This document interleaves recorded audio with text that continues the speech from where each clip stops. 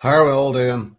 I know how a few certain people are doing. There's nerves, and to be honest with you, I'm probably more nervous than they right now because I just have the feeling that this could all go wrong in my side of things because I, I've got a mouth on me, I could probably let something slide that I shouldn't let slide or whatever. Right, what's happening? Anyway, I'm going to take a break for a couple of months. So before I did so, I just thought it was time for a blind challenge. I haven't done all of them for a while, so I'll be right back.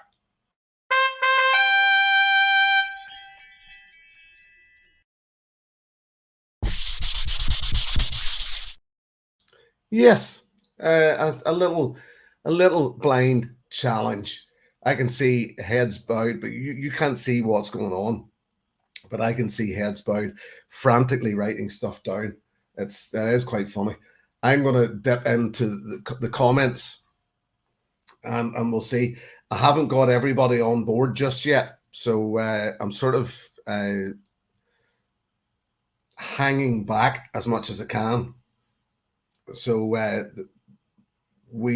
sent out 6 drams for this blind challenge to 6, we will say, competitors.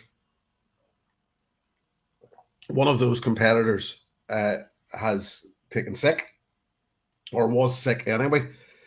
I say was sick anyway. You know what I mean. Was ill. Ben Slater. Ben might be joining us later, but he's not really fit to be taking part in a blind challenge right now. He's all right, just the lurgy, the dreaded lurgy, as we say. And one of the other competitors, somebody you will probably know quite well, is running a little late, but hopefully will be here. So I'm going to drag things out as much as I can before we start this, if you know what I mean, just so as we're not rushing ahead and there's other people to take part. So I'll dip into the chat while I can and see who's in there. We'll try, because I want to pad things out. I'm going to have to pad things out a little in between the night.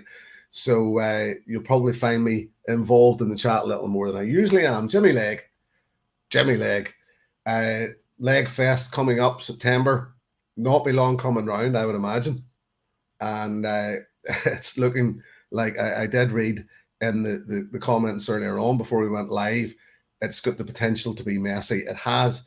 It seems there's people coming from everywhere, from all corners, all arts and parts of the world.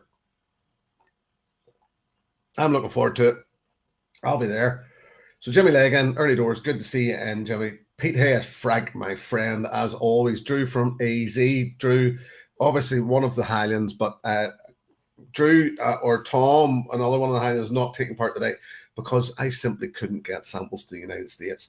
I've sort of put a self-imposed ban on trying to send samples outside of the UK or Ireland right now, because the last time I did, they get sent back to me by Homeland Security, of all people. Whiskey Works Graham will be hearing from Graham.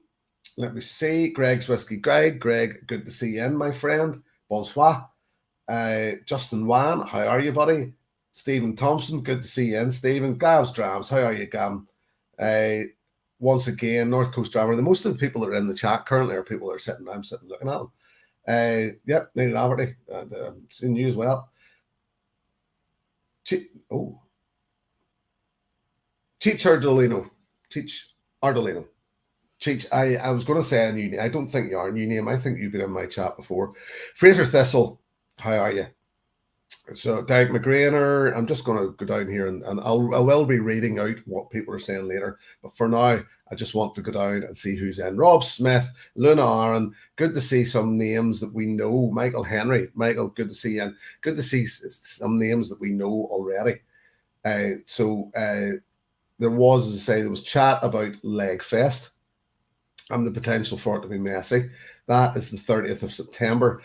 I know that Roy Duff, he of Aquaviti fame, who we will hopefully see later on, Roy has been doing a lot of the work in the background, Jimmy's asking, you're still coming to Glasgow in September, right? Yes, of course I am, Jimmy. I will be there with bells on. Not quite literally, but I will be there. Cheers. Seems to be that sort of time of night. Summer break, I always like to have a little party before I go. As I said, what was this for? Why was I doing this? I enjoy a blind challenge, probably more so than the people that I'm sitting looking at right now. But it's a bit of crack. I always think they're good crack. And the thing is, they're not there. We do blind challenges. A lot of people feel the pressure on them. I know if I do a blind challenge, I feel the pressure on me. We shouldn't. It's a bit of crack, really. I mean, it's a great way of discovering what things that you like, things that you didn't already know. So, you know, it's good for that. Hell's Wed is in, Helen, and I dare say Andy. Cheers. I've got a little dram in my glass as well.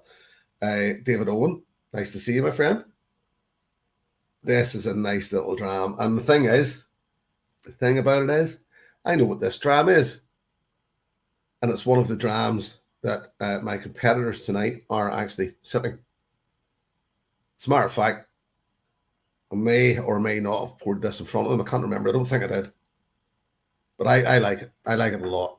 Not going to say what it is. I'll maybe, if I remember, tell you later on. If somebody reminds me, ask me what it was I was sipping at the start of the show tonight, and I'll tell you which of the 6 drams that I've poured for these guys.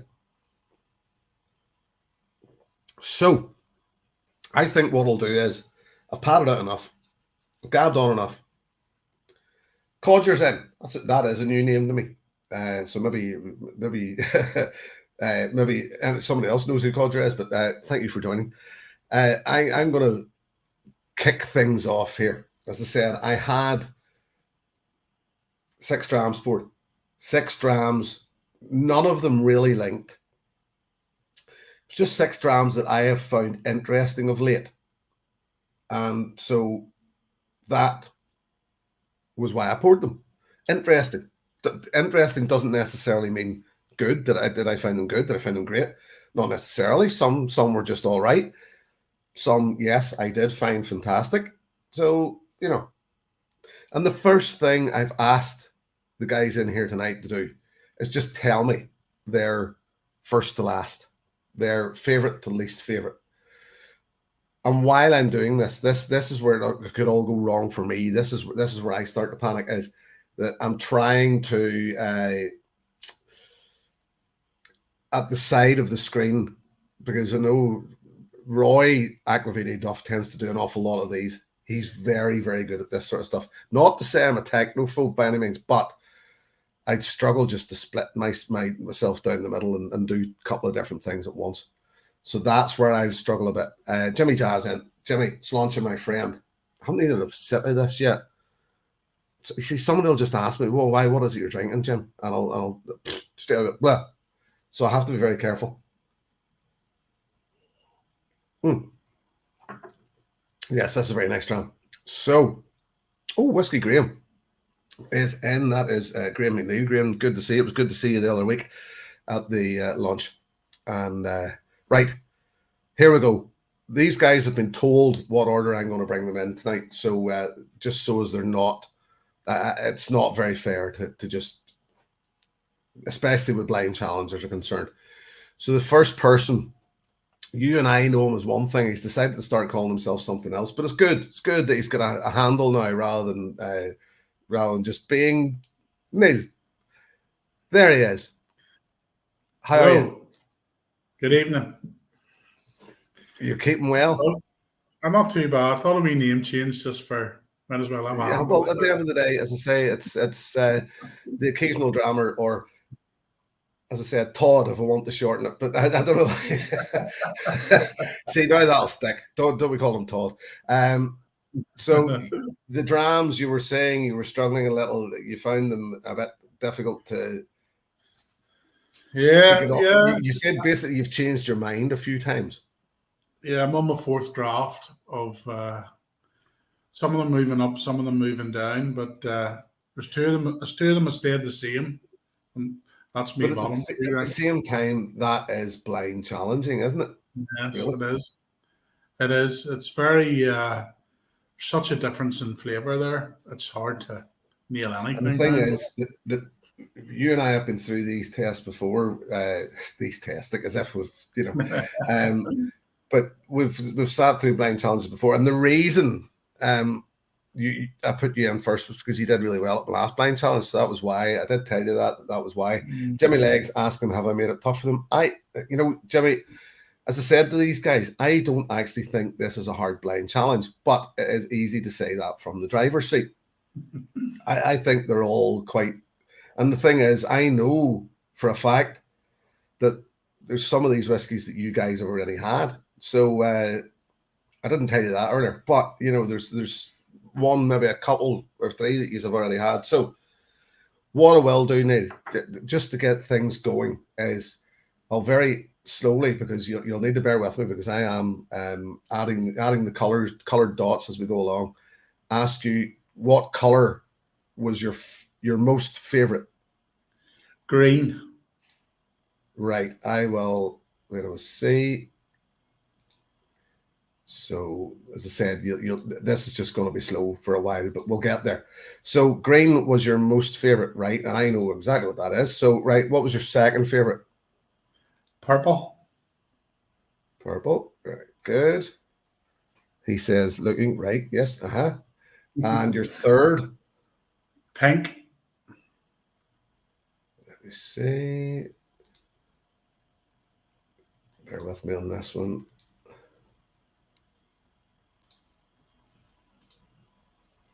Now, let me see, because I can't remember what pink was, but I will get there. Right. And your fourth? The diesel that is black. Okay. Fifth? Yellow. And that leaves red to the last. That leaves red to the last. Which I'm a little, some of those choices I'm not surprised at. Some of them I'm a little surprised at. Jimmy's asking once again, is there a theme? Not really, Jimmy. That was actually something that I was trying to stay away from or steer away from. I wouldn't have a massively glaring theme about this. They're not all from the same country. However, there is a challenge to come, and the guys have already been working in that challenge. So I was quite surprised myself. I was quite surprised that things I thought I liked on the nose that I didn't get in the taste. I'm quite surprised with the lineup myself. It did change. The top two have changed constantly. And was there anything that really stood out to you that you would say, I would go out and buy that? Well, I think the green. I do think the green. The black was up there, and then it moved down as I think as Eric got at it and stuff. Maybe it sort of moved down a bit, but I definitely would buy the green. I definitely would now. Excellent. Well, rather than what I was actually going to do originally was I was going to put you into the challenge straight away. But while we're still waiting on a guest coming, because I want to give him, it's Roy. He's holding things up. While we're waiting on Roy getting here, what I'll actually do is I'll drop you into the background and I'll bring in the next guy, and we'll talk you through your favorite to least favorite first. And then we'll get on to the challenge, and that'll maybe give Roy a chance to get caught up. I know today, as I was telling you, it was Peter Lee was celebrating his 50th birthday today, so they were having a bit of a party somewhere, and no Roy was at it, so that's held him back a bit, which is fair enough, totally understandable. And the fact that I hold my live streams a bit earlier in the evening, I always appreciate the fact that you guys do go out of your way to come and join in. So a few other guys, Sugar Kitty, Molasses have joined in, and probably another couple, but listen, good to see you all in. So Neil, as I said, I'll put you in the background for now, and I will bring in my next guest, and I'll speak to you soon, buddy. No bother. So that next guest knows who he is, and I dare say that if you don't know who he is, you've been in the wrong place. And I'm struggling to get his mic to unmute.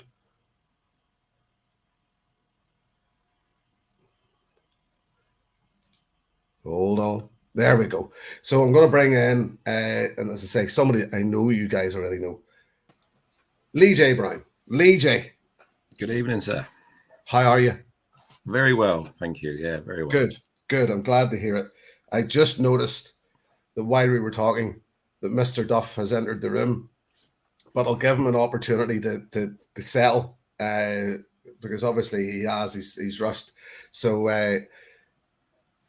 what I will say is, I know he's watching in the background. Roy, go ahead, work at the samples. You may open your envelope, your sealed envelope, and just work away for your favorite, the least favorite, and even you can work away at the first challenge in your own time, my friend. Sorry, Lee J, holding you back. You keep it all right, buddy? Yes, yeah, doing well. Family's well, works well. So yeah, good. Thank you. I imagine rushed off your feet as always. You always seem to be terribly busy, man. Yeah, family of 5 kids. Yeah. They don't stop, does it? No, but the whiskey thing's all going well for you, and I mean you've still got the club and all going, and it's yeah, cheers. Yeah. It's great to see. Unfortunately, with the time of year of holidays and stuff, we haven't had a decent meetup, but hopefully this Friday for a pint, I think. But I mean, between your own club and the Highland Battalion, etc., you're a busy man in the whiskey world. That's true. It is, and it's too great. Well, and the extended, I think it's fantastic community to be in. I didn't have that, like I've said lots of times before. I never had that in other clubs and other. It was like you got notification of the next meetup, and that was it. You didn't hear anything else. But like I say, the Hallion or the pub, there's always something going on. I keep telling people outside of people who are unaware of there being a whiskey community about this great whiskey community, and I just find it strange how people haven't heard, how people don't know. You know, it's something that through the shop I'm constantly saying, you know, have you ever involved yourself in the whiskey community? Just watch reviewers or the social media, any social media. You type in whiskey in any social media, and you will get fired into some sort of community. Yeah, and it just it opens your mind. It opens doors. It opens. Well, I say before lockdown and the son-in-law that didn't know this was it. Not a Scooby, not. Just thought, you know, whiskey was a couple of blends and you get out of optics and Rihanna bar. And what narrow-minded or blind I was, I suppose. I was blind to it all. No, you know, I think you're being a bit unfair on yourself. It's one of those things that we all, just as you say, at some point we all discover it. We all discover this great community, and then, as you said, it just the community and whiskey itself grows very, very quickly as a result. Definitely. Anyway. Yes. Right. Have you picked your favorite to your least favorite? I have, and like Neil, even in the last 20 minutes, I think my orders changed 20 times. I'm going to just to keep things fresh. I'm going to ask you for your least favorite first. Okay, my least is red. Again, okay. And your fifth. I've got yellow this one, but that was higher earlier on. That's moved down. You see, you and Neil are just, and your fourth number is the pink, number 4. Right. So a bit of a change there. Otherwise, but I mean, I will be totally honest with you already. I'm quite gobsmacked that red has came last twice already. I'm just a bit surprised. Well, it's the hints, is it? Jumping them off early. Well, obviously, as I say, we'll find out what they are later. But it's just, I'm surprised. Anyway, so your third favorite? Green. Green, right?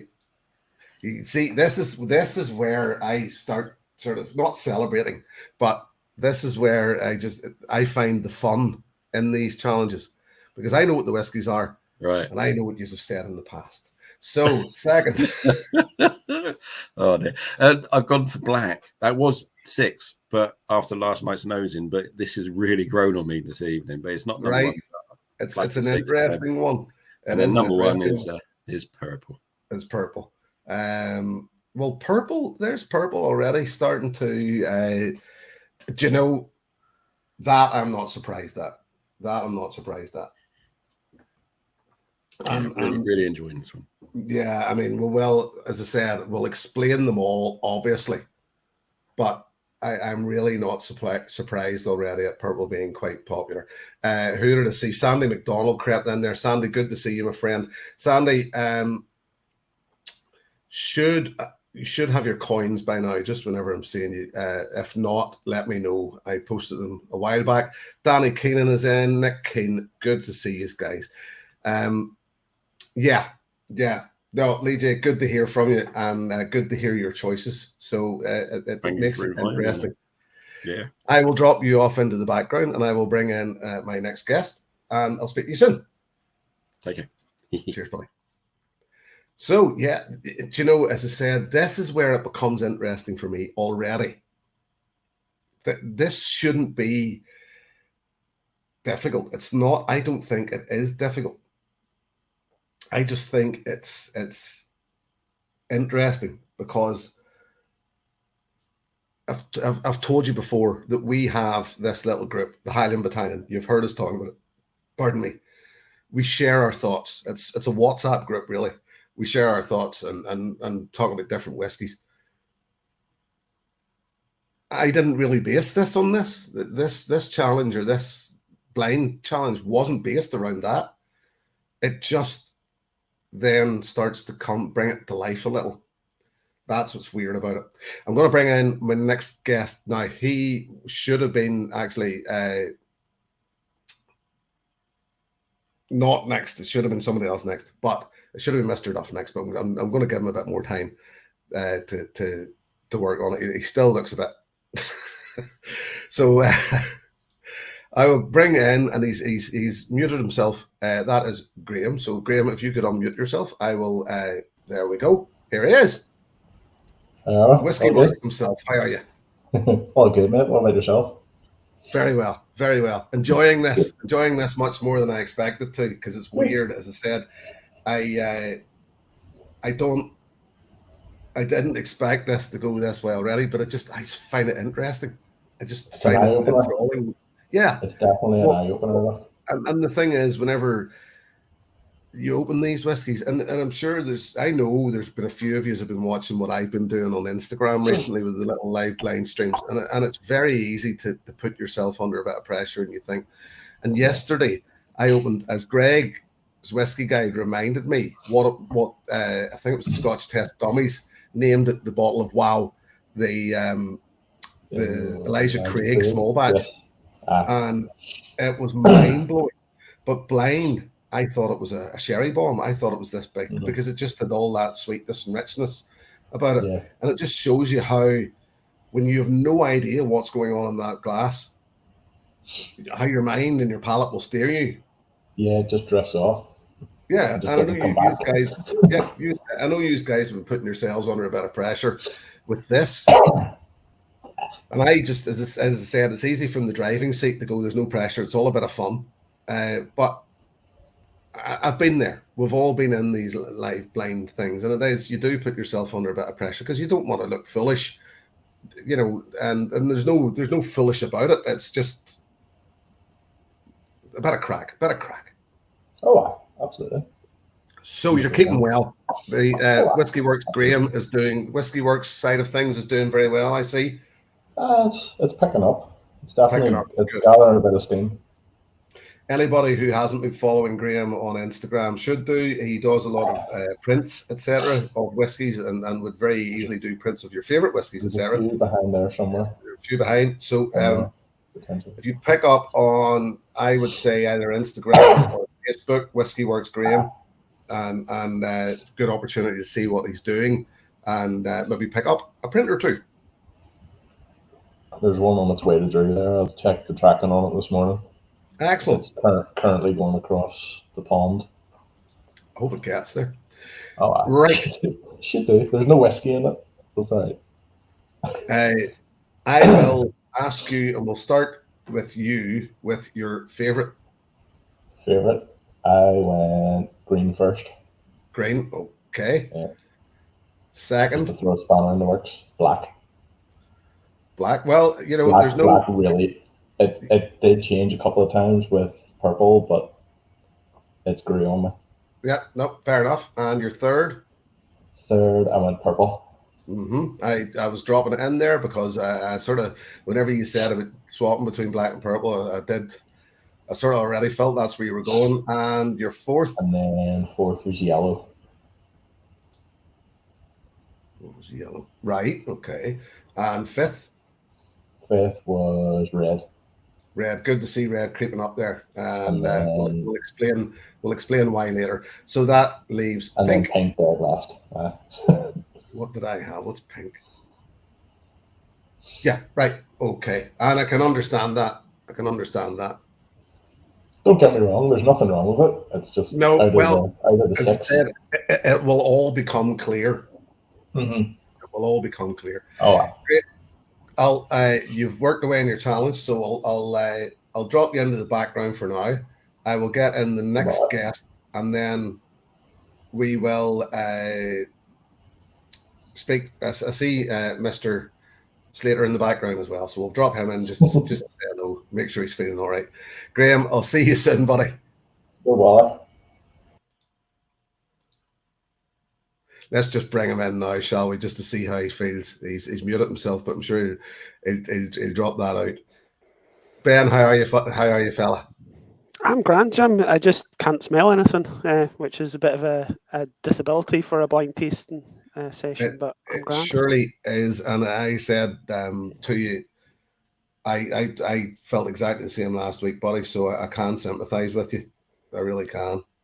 It's horrible. It's just annoying. I did the blind tasting consortium on Saturday, but luckily I was hosting it, so I didn't have to decide what anything was because I knew what everything was. So, but it was fine. But look, I felt bad. So, obviously, I wouldn't put my results in because it'll skew it. But I have tasted them and I have ranked them. Right. But it's up to you if you want to. Well, to hear why not? Why the hell not? Well, sure. Let's go with your least favorite. Pink. Pink, right. That's okay. And fifth? Yellow.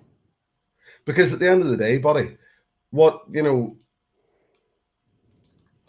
it's good to have your results in here along with everybody else's. I'll not, and I know, and I will explain again to anybody or whenever we come to the end of this that you cannot, your smell and taste are currently hampered, shall we say?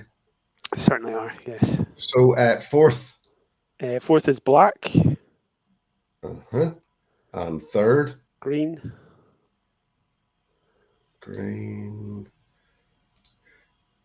Second? Red.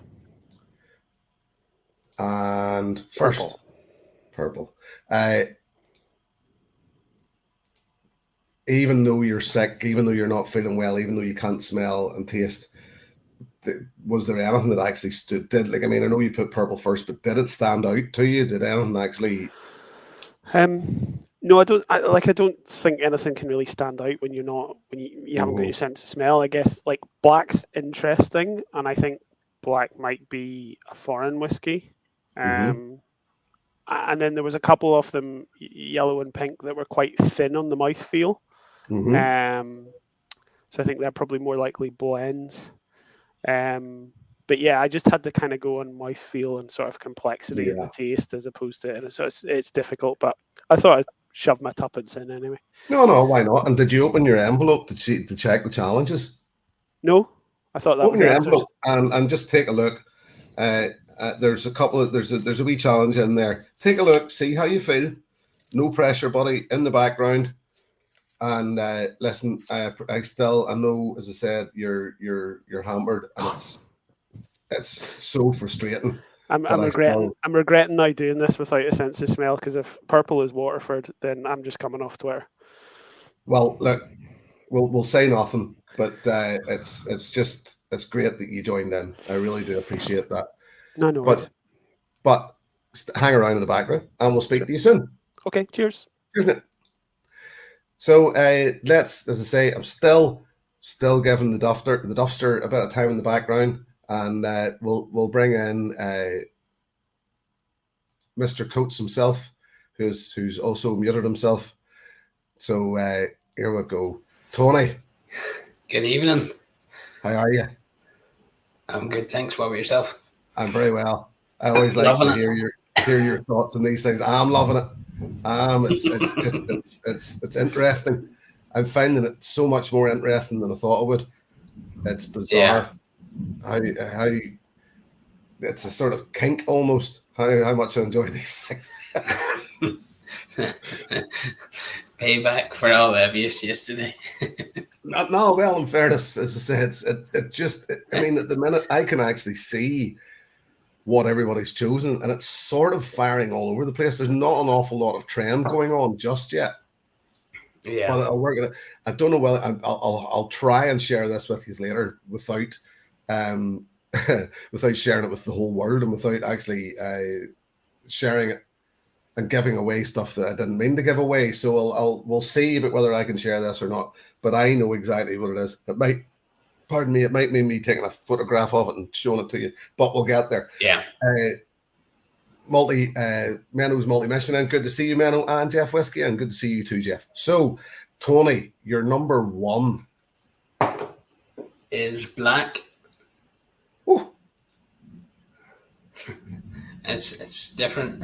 That's a bit of a surprise, but I'm glad to hear it. Black, black has actually crept up there. It's weird how it's hanging up, and don't get me wrong, it's a fantastic expression in my opinion, and that was one of the reasons I put it in there. So your second one, red, right? So agreeing with Ben there, and third, pink. Interesting. Agreeing with Neil there. Fourth, purple. You see, once again, as I said earlier, if nothing else, what these things do, I think, prove to us is that when blind, when not knowing what we're drinking, you can get maybe sometimes a bit of a feel for liking stuff that you didn't realize you liked. Yeah. So there was a couple of them that could have started. I went, and there was some where there was nothing in the nose at all, really exciting, but the taste was what I was going by. Aye. Mm-hmm. So your fifth is yellow, and that then leaves green, I believe. Green, I just couldn't get really anything on the taste at all. It just seemed very muted. As I said, it's going to be very interesting whenever these things appear. I think most of you will cock an eyebrow, put it like that, because it is certainly whiskies that we've some that we've discussed before. Papa Q's in, Jerry, good to see you, and Scott Allen. I'm definitely interested to see what black is. I think I have a slight notion of what it might be, but well, what we'll do maybe before we go into the challenge, we'll maybe have a round robin and see if there's anything that because that's an interesting that you thought you've a rough idea, or we'll leave it maybe to the challenge before we do that, before we actually. Oh yeah. So, listen, Tony, always great to speak to you. Just hang around in the background there. You're not going too far. We'll speak to you again in a minute. Good man. Cheers, mate. So that only leaves one, and I was actually quite pleased. It was so nice to actually get Ben in there. I know, as I said, it's so damn frustrating. It happened to me at one point. I was supposed to be doing a blind tasting for somebody. I can't remember who it was or what was going on. And it was the same thing. I had the cold, and I was struggling to smell and taste things, and it was all in the background. The whole time I was just thinking, well, if this lifts, just keep it to the last minute, hoping that it would lift. And I think on that occasion it did. And I know for a fact since at least yesterday that Ben has been the same. He's been sort of chasing it and trying to get this lifted. And it obviously, unfortunately, it just hasn't happened. So, Mr. Duff, if you are ready, if you give me a thumbs up. He is ready. Good. Welcome. No, I've given you a thumbs up, but I'm not ready. How can you be ready? I've got piles. I've got stacks of excuses for tonight. Cousin Kevin got me back from Peterlee's. I walked through the door at 8 p.m. tonight, already stressed. Ran in the door, grabbed the glasses and the glass of water. Poured all of these out while you were going live, and I'm trying to listen to what you're saying and things while going through these. So I've been rushing. And the trouble is, with any amount of drams, right, if you rush, it's bad. But with 6 drams going backwards and forwards like this, I'm all over the place. I'm halfway through them and nowhere close. But they are interesting whiskies, Jim. I'm very curious as to. Well, it's funny you said that, because you actually, I know you had been away at the start, and that was actually what I said, that there's none of these are mind-blowing whiskies in my opinion, but interesting was the reason I picked them, because they're all interesting in one way or another to me, and that was why they were picked. They're not necessarily linked. They're not. Yep.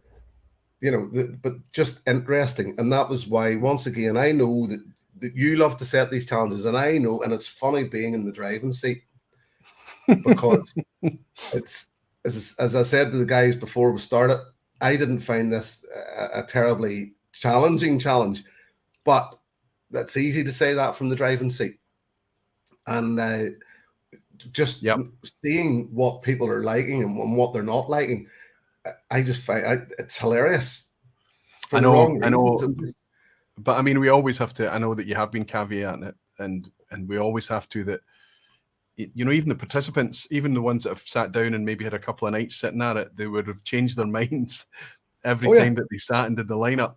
And I started to choose my preferences tonight based just on nosing the drams. And then obviously when I went into the palate, you know, it flips completely. You start to switch it up and change it up quite. Yes, listen, we're not choosing 6 whiskies to drink for the rest of our lives tonight, right? We're just playing with 6 whiskies that's been chosen by Jim. And it's interesting that you're enjoying being in the driving seat, because it's a lot of fun, and it's a different perspective, and it's quite surprising when the favourites come in, and you're trying your very best to keep your poker face on, right?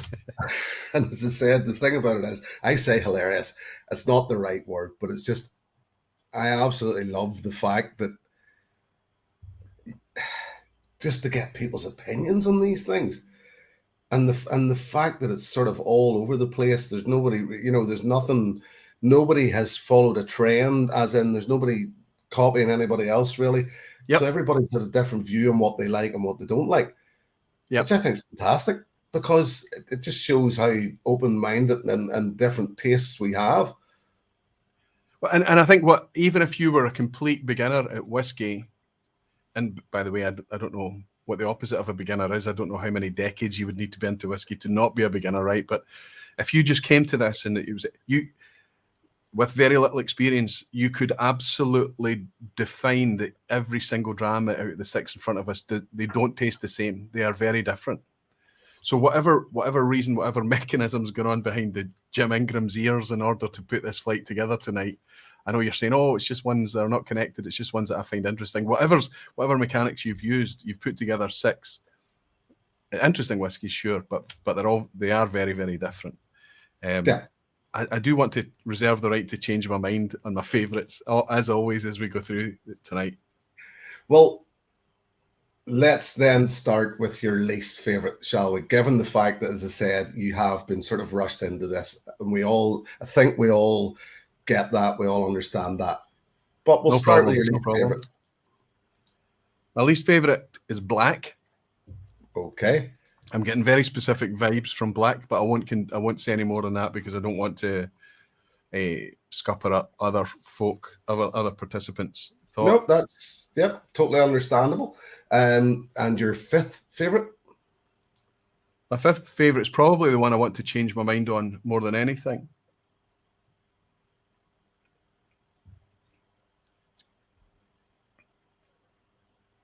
No, it's yellow. Yellow. Now that is quite interesting, in that 5 out of the 6 of you have put yellow as your 5th favourite. Okay. Which, I mean, you know, that is bizarre. And I mean, even Graham, who was the only one who didn't make it his 5th favourite, made it his 4th favourite. So it's interesting, and we'll explain why it's interesting later. So you're suddenly that type of reaction starts to make us all a wee bit nervous, but sure, it's going to be interesting always. Your fourth favorite? Fourth is green. And your third? And third is red.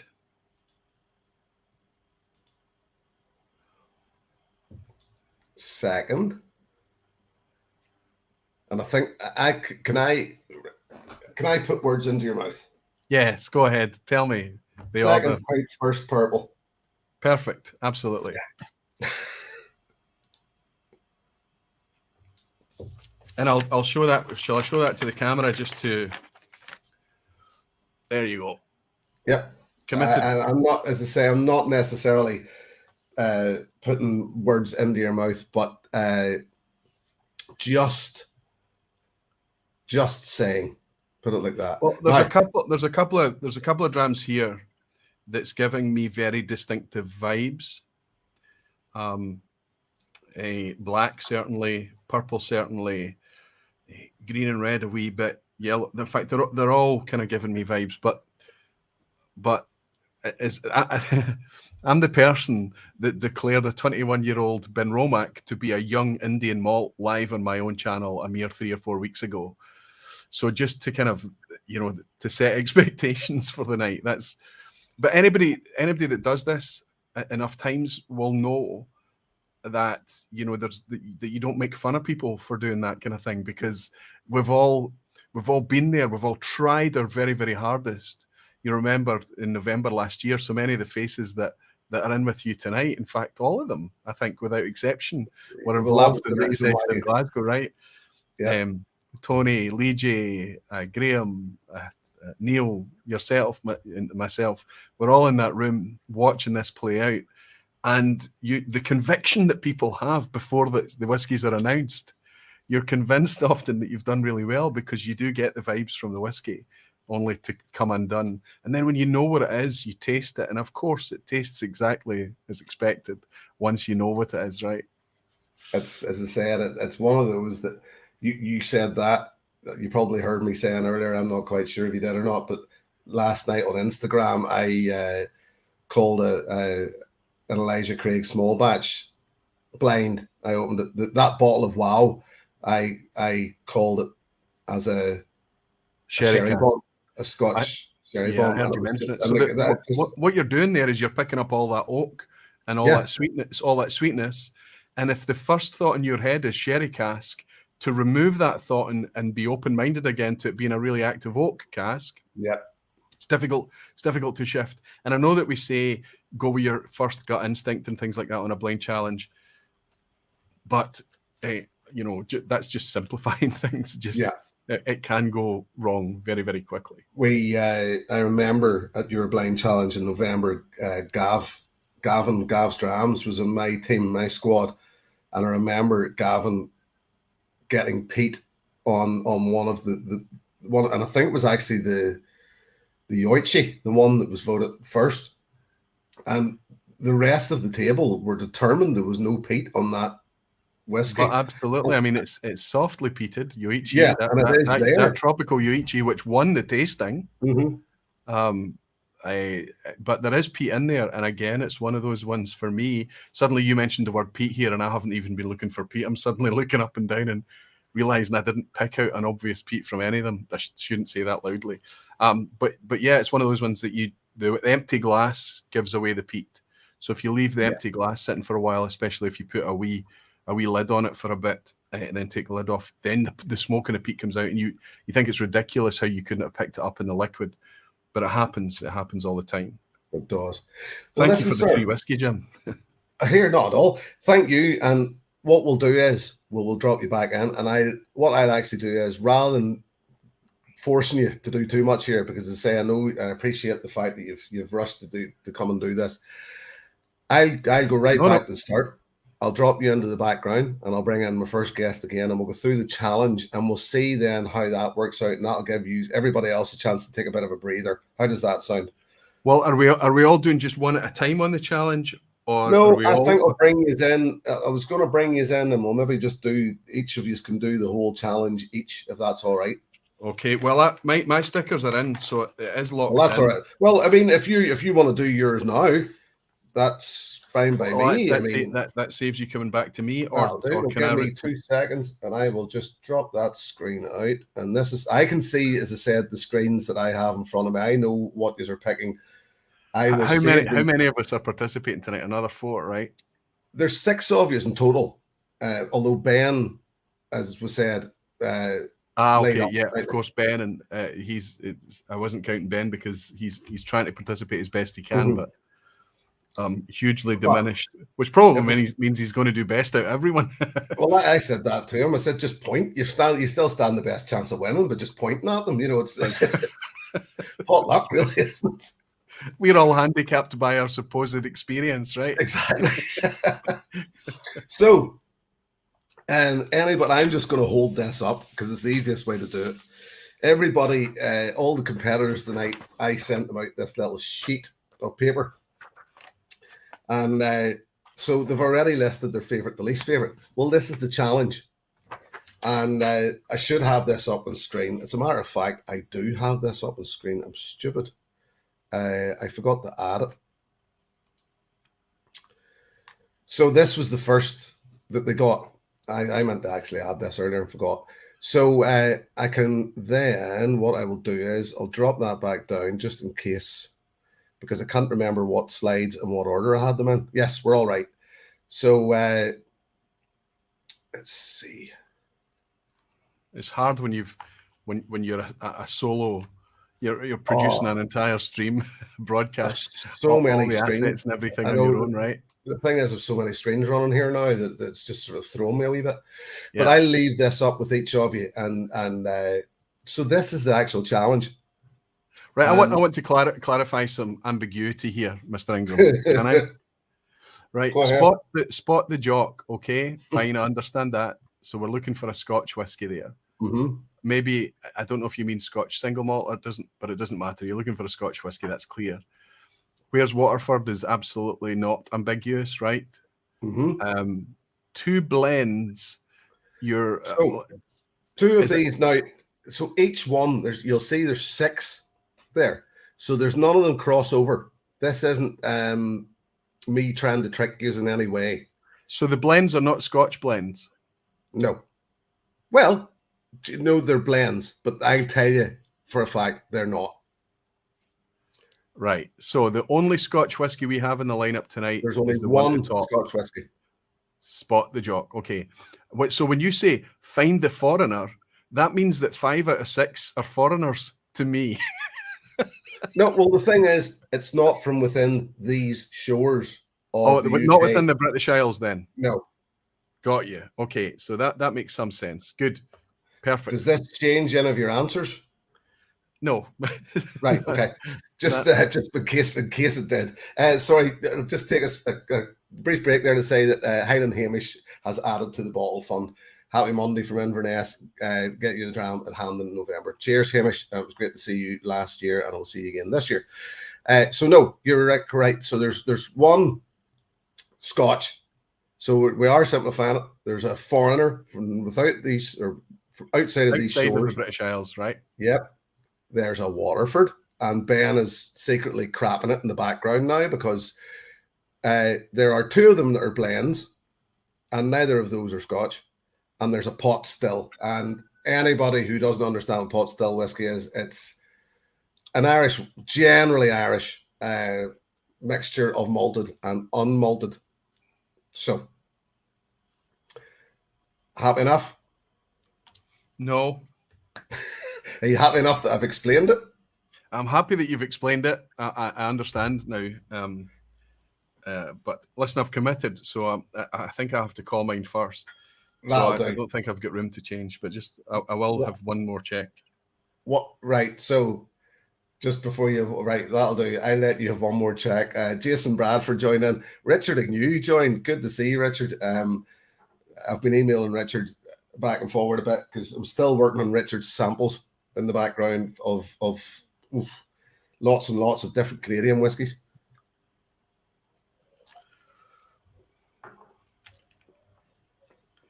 I'm going to make a small modification here, but just a small one. You do that. Lynn Aron's saying the foreigner could be Irish from Jim's perspective. You know, it could. Yeah.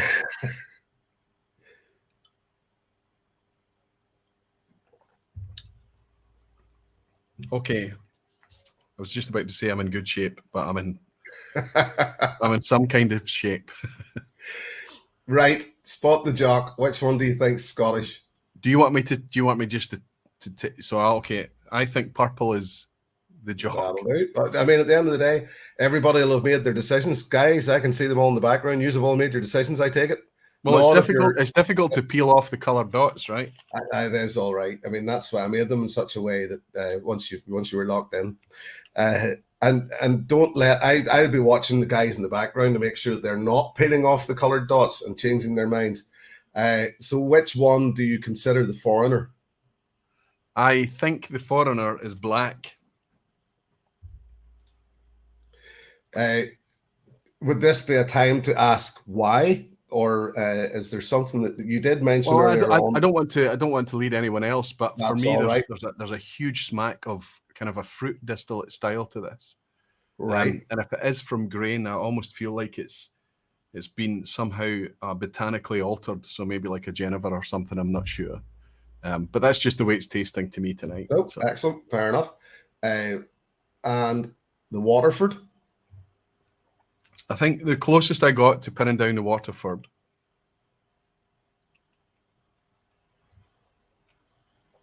is the yellow. Okay.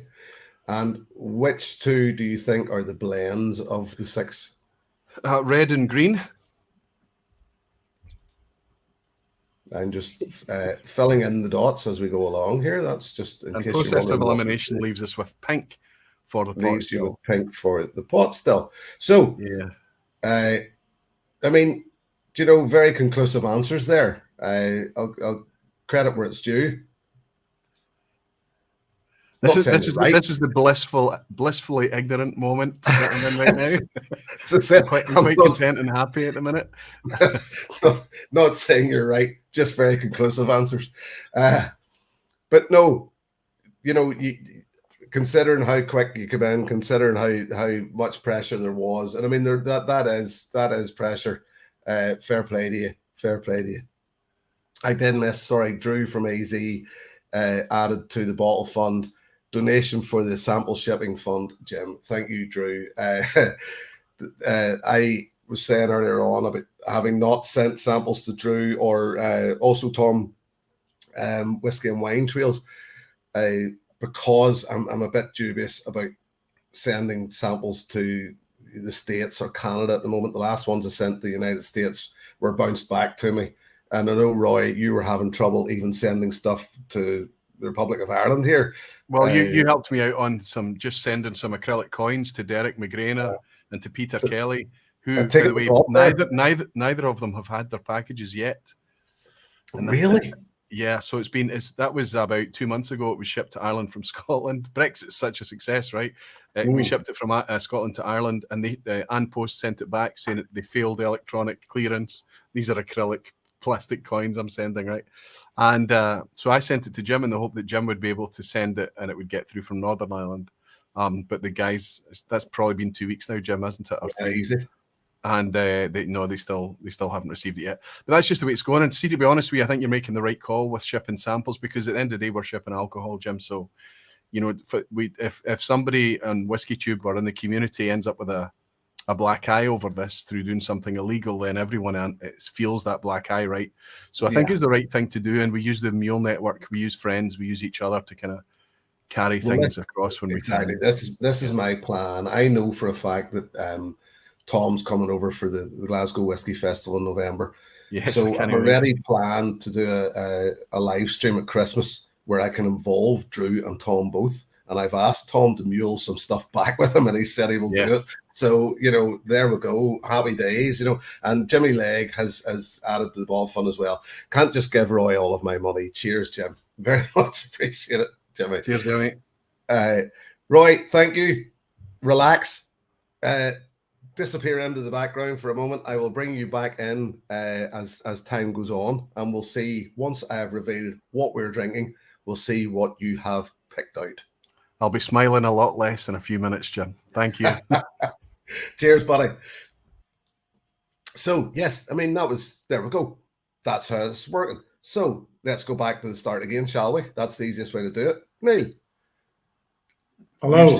You've seen what's going on. Yes. So, you have made your choices, I take it? I have, yes. So, let's ask you then to spot the jock. Which one is... I also went with purple. Okay. And the foreigner? I went with the black as well. Uh-huh. I thought there was a rummy sort of a taste of it, something molasses-y. Right. Maybe he's throwing a rum in here. It was a bit weird. No, fair enough. And where's Waterford? I have pink for Waterford. Mm-hmm. I've never tasted a Waterford before. I may have. It would appear that that's a bit of a trend that's going through. That's the thing. I heard somebody chatting in the background earlier on that you haven't tried much Waterford. So, which, now you have.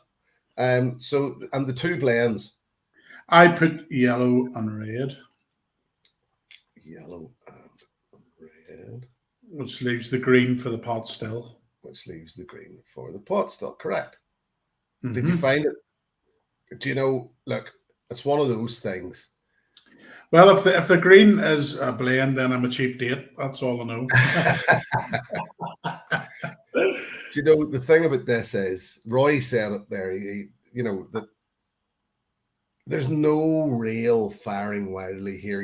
It's in your best guess as such. And when they're blind, it's very difficult. Now, the test will come, I think, personally, the test comes whenever, and I don't really wish to hold this sheet up because it might give something away. When we get to the who's who, once I reveal what you're drinking, then I think that's the challenge. It's actually putting a name to a face as such.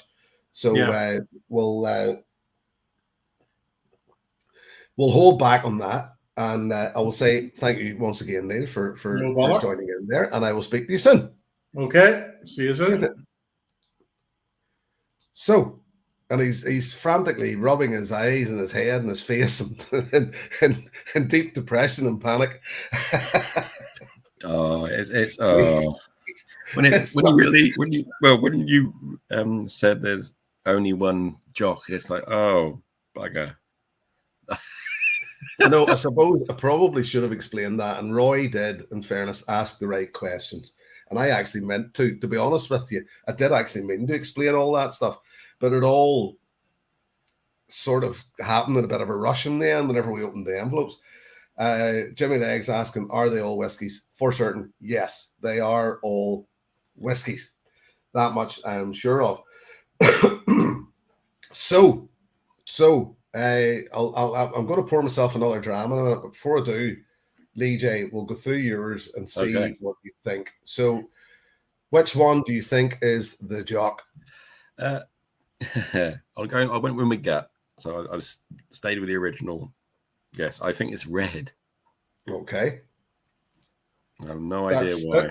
Look, nobody judging you. Absolutely nobody judging you. Apart from me, of course. And find the foreigner. Which one is not of these shores? Again, I think that's the black one with Neil and Roy. Mm-hmm. And the Waterford? I went with pink because I quite found that quite spirity and young, I want to say. Have you had any Waterford? No. Well, the thing is, do you know, you at least said the right thing. Pardon me, you said the right things there. Spirity and young. So, which Waterford has to be because it's young whiskey. So, it's a good shout. Aquaviti Roy is asking, is Whiskey Novice generous enough to share a Springbank 18? I thought you knew me better than that. And the blends. Okay. I've gone for, I went for purple and yellow. I thought the purple because it's slightly peated is like a recent release, and it's just throwing us a little bit. Right, and that leaves the green. And that you the green is the pot still. It does. Yeah. And you said something there that you thought the purple was slightly peated, and Roy was saying that he didn't actually pick up peat on any of them. No, so you know, who's right, who's wrong? My knees are trembling, to be honest with you. I got a little bit of sweat. Oh man, this has been great. It's been great. I've enjoyed this. I'm really enjoying it. I'm so glad you're enjoying it. I'm having a hoot. It's just I love seeing the way you are leading, and it's just I find this fantastic. And I thought, as I said originally, I didn't think it was that challenging, and now I'm looking at it and going, do you know, it is quite challenging. I actually find it sort of, I'm looking at it and going, yeah, I can understand why they would get that. You know, I can understand why they would think that. So I'm going to drop you out for now, Lee J, and you can go and relax for a moment, and I'm going to open myself a little dram of something. Lee J, cheers, buddy. Nice one. I'll drop that out as well. I'm going to open this. It's the latest Loch Lomond, the extra long fermentation one, and I've been collecting. I've been gathering up all of the single casks, all the single cask Loch Lomonds that I can get my hands on, just because of my love for Loch Lomond. This was one that instantly, I remember when Michael Henry showed me around the distillery a couple of years back. Myself and Alan McLaughlin, Michael, showed around the distillery. Very, very happy to do that. Very, very thankful to Michael again for doing that, showing us around.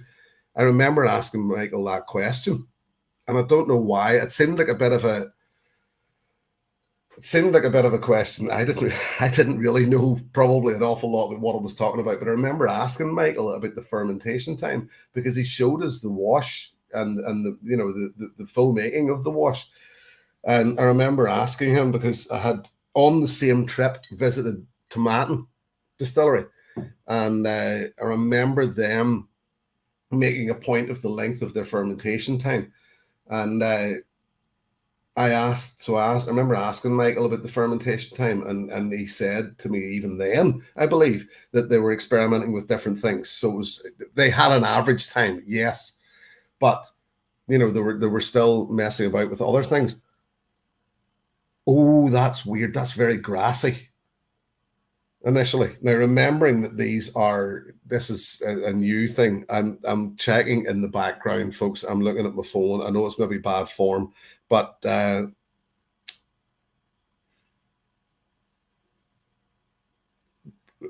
Ben has sent me a message. So I just wanted to check that, because he was giving me his answers for the next stage of things. I don't know if that means that he doesn't want to come back in just yet or not. No, he doesn't. So I just wanted to check. But that's interesting. That's an interesting nose. It's very fresh, very bright. Roy saying, watch Jim multitask. It's a thing of beauty. I don't know. It feels terribly awkward. So, Graham, then, that'll do. Let's keep this moving. We'll get Graham back in, and we will get the screen back up again. So, Graham, how have you found it so far? Interesting, to say the least. Good. Did you find a jock among them? Potentially. Not 100%, but potentially. I'm going to say red. Red, okay. So, down the same path as Lee J there. And do you know... No, I'm not going to say anything. Find the foreigner. Go on. Foreigner has to be black. Hands down, has to be black.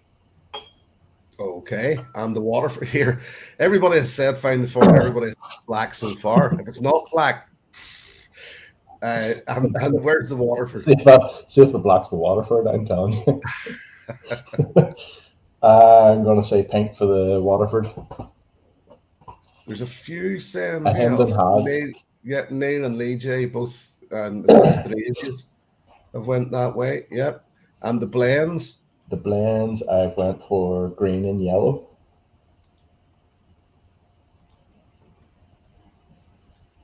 So I'm a 50-50 with Neil and Roy there. So if I get one, yeah. So that leaves purple for your pot still. Yeah. Let me see. I actually have the answers in front of me here, so that's what I keep checking back every now and again to see. Good. So what I'm going to do is quickly, while you're still on the line, I'll fill in Ben's answers, which I have in front of me. And you know, for somebody whose smell and taste are broken, he's pretty much went down the same line as a few of the rest of you without having heard your answers. So that's, you know, I have no other reason. He's not that broken, put it like that, if he's at least agreeing with you. Oh, exactly. Enjoying it so far. I think, as I said, I honestly think that the challenge will really come when you find out what they are. Because there's always that surprise. It's always that shock that you go, oh. Well, to be fair, out of all of them, the Waterford was the worst one because I've only had that one sample that you sent me, the Picanike one. Mm-hmm. That's the only one that I've had, and I and that's the thing about it is the Picnic is also a bit of a standout Waterford in that it's different because they went into the more into the wine casks for it. So your run-of-the-mill Waterford as such doesn't necessarily follow that trend. But so right, let's keep things moving along. Graham, cheers, my friend. We will drop you into the background and we will get Tony in for his, and then that's all of those. Tony, how are you enjoying it so far? Oh, great. Is enjoying's a bit of a strong word. No, I'm loving the difference between all the drams, to be fair. Good. So did you find a jock among them? Well, you'll tell me. I went for a purple, mainly just for it's the only one that seemed familiar taste to me. Right. And a foreigner? Black. So we have all 6 of us agreeing that they think that black is the foreigner here, is the one that's not of these shores. I think it's black as long as you're not playing a trick on the wording. So we will see. And Waterford? Pink. Based on one tasting note I got. This Loch Lomond's fantastic. Did you pick up a ball this time? I know you were on the fence a bit. No, I didn't. I'll always, I've got samples of all this stuff kept aside for you. So,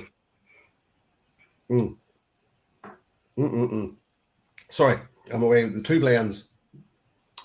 2 blends. I went with green and yellow. I actually think me and Ben are near enough spot on.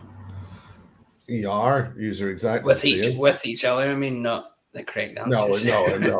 Okay, steady on. So once again, I can see where you have gone. Neil, Roy, Ben, and Tony all think that the jock is purple. Me, Jay, and Graham think red. So, there's not a lot of, there's a few of you I noticed. Let me see. Neil, Ben, Tony, Graham, and Lee J all think that yellow is one of the blends. Roy's the only one that doesn't think that yellow is a blend. So, there's indecision here. Once again, it's fantastic. I'm loving it. I actually had red and black the opposite way around because I thought maybe you were playing a trick with the wording. No, as I said, there was no. I know, and this is, as I did say to you earlier, I should have explained more what I meant by spot the jock and the forerunner, etc. But and that there was only one of each, and there weren't really any tricks here. But there we go. I can see, as I said, I should and could be sharing this, but my brain's struggling as it is, so I'll not. Let's go back up here so as I know where I'm at on screen and I know where these things are. So I'm going to drop you out, Tony, for a moment. And just what I will do after that is I will reveal to you all what you have been sipping. And then you can tell me what you think is what. Tony, thank you, my friend. Thank you. Speak to you in a moment. Yeah, that, as I said, I just find this incredibly interesting. So what we will do is we will reveal what they have been drinking, and then they can tell me what they think is what and who is who.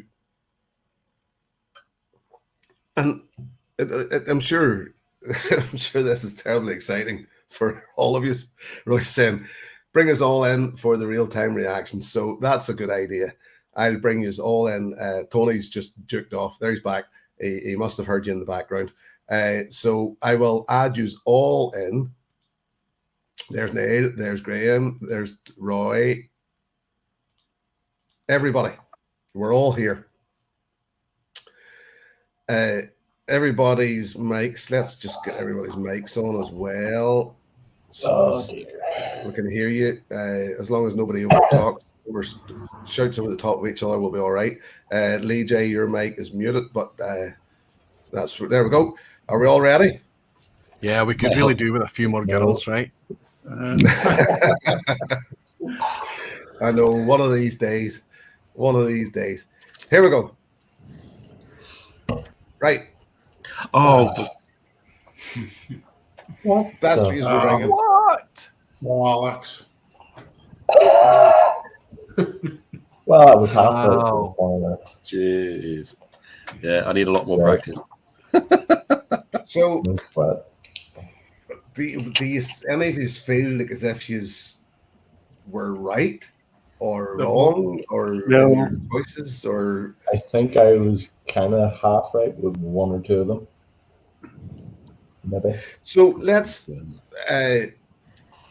hold on 2 seconds, because as I say, I'm so scared of revealing anything too soon. So I'll actually drop that back out, go back that way, and we'll go back to this for a second. I never finished writing it all down. No, we're not. I'll be bringing it back up, Roy. I was just. So there was your choices. You have that in front of you. I was only doing this really for you. You have that written down in front of you anyway. So it's not. I wasn't trying to hide anything from you, but it was more so for people watching that was the guesses for a jock. There was a foreigner in there. There was a Waterford in there. There are two blends and a pot still. So now you know what's what. For anybody who's watching that don't know these whiskies, McConnell's Sherry, a new Belfast distillery. Distillery not actually open yet, so this is sourced whiskey. It is sourced from Great Northern Distillery. It is a blend of malt and grain, as we know, a good old-fashioned blend. It starts in bourbon casks and is finished in Oloroso sherry casks. That's the great. Waterford, it's Ballymorgan. I've actually taken a picture of the Ballykilcavan for some reason. Well, I know actually what reason I did that. I could have swore it was the Ballykilcavan I had, and it turned out it was actually the Ballymorgan. So that's a picture of the Ballykilcavan 1.1, but the one that you're actually trying is the Ballymorgan 1.1. Bladnoch Ember casks, a bottle I picked up recently on auction and instantly fell in love with. Baconis Texas Rye I will be reviewing next week. And another bottle which I found very interesting. Interesting, as I said, is the word here. Dark Silky. Caught a few of us out recently that we've all, and I remember Ben actually using the words as a banger about Dark Silky. Weird now, I'm finding it that Roy didn't find peat on any of these, considering that the dark silky is peated, as is the Bladnoch. But I shouldn't give too much away. And Teeling Wonders of Wood Series 1, Chinkap and Oak, they've just released their second series, which is, say just released recently, which is, what is it? It's not Norwegian oak, it's some sort of funky European oak. So there you go. There's what you've been sipping.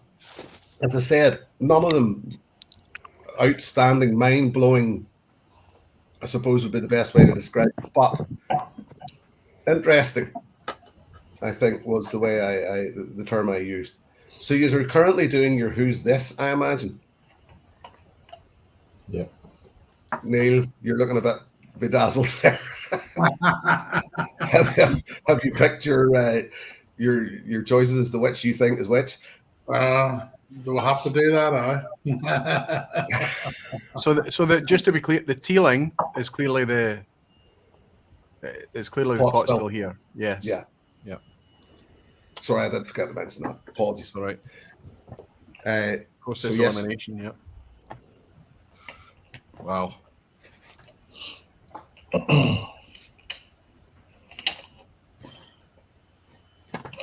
All quite happy for anybody finished. Anybody picked their what they think is what? Well, I think a more interesting question: how many people are changing their minds? Because I'm doing it.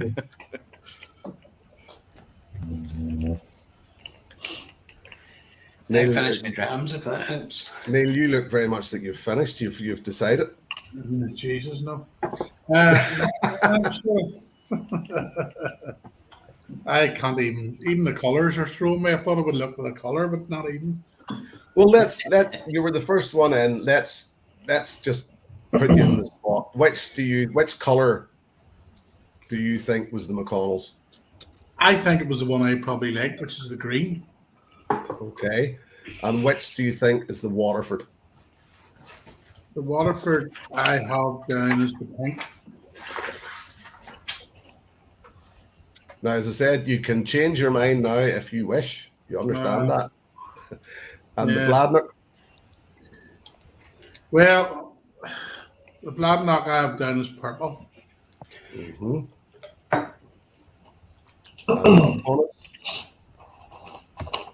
The Balcones?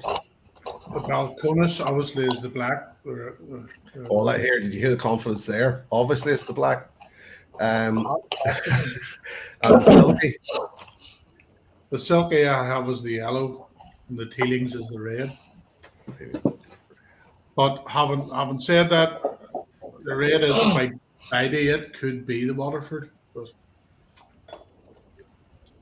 yeah, I'll just stick with that.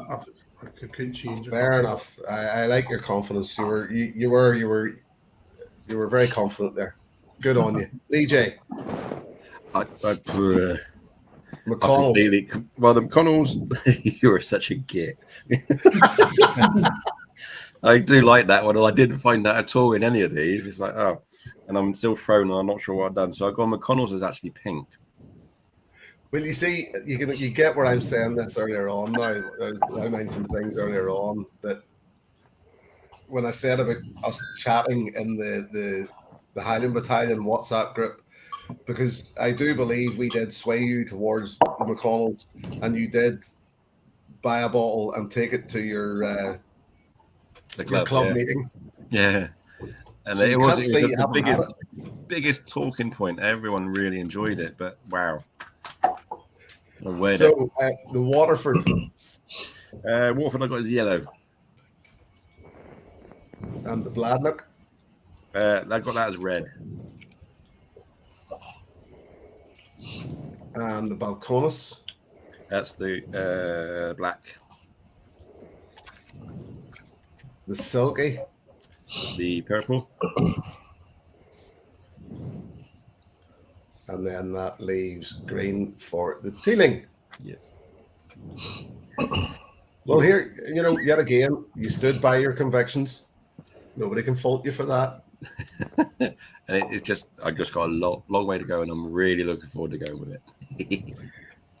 Good man. Roy, which do you think is the McConnell's? I know you probably haven't had it before. But... Well, I think it's certainly the 4 Irish whiskies that I feel like I'm going to mess up tonight because I'm feeling confident about the Scotch and the Foreigner, right? But I'll do my best. McConnell's, which is consistent with my first guess. I'm saying green. And the Waterford? I've changed my mind and I've now suggested that maybe the Waterford. What's the ABV in the Waterford? 50. Good old. Wow. He really didn't change his pattern much from Bruichladdich. Yeah, 50%. Yeah. Okay, I'm going to just go with it. I'll go with red, which is a change. I thought originally it could have been a blend. I'll go with red. The Scotch I thought was purple, which is Bladnoch. Yep. Which to me has got a fantastic funk that took me straight to Campbelltown. So if that's not the Scotch, I will be shocked, and I will track down a bottle too, whatever it is. The Texas Rye Black. The Silky. Again, I was all over the place with these, switching backwards and forwards.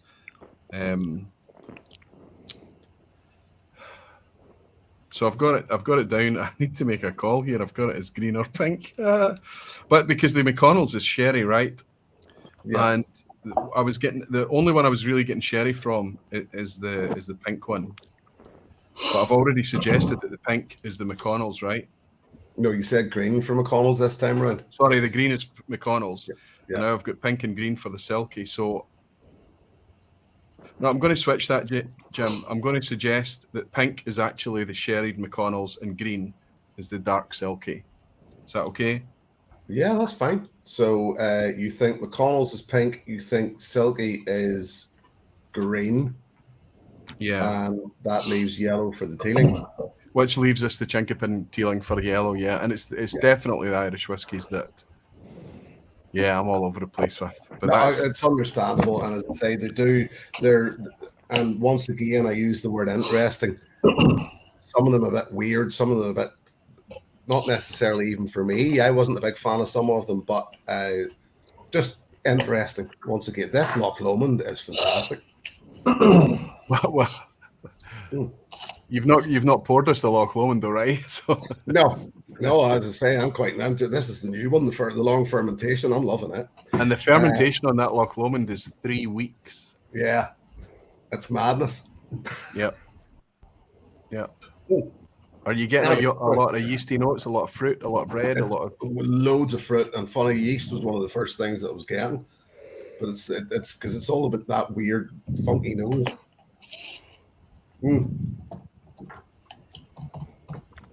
Usual Loch Lomond doesn't let me down. Graham, McConnell's. I think the McConnell's is the red one.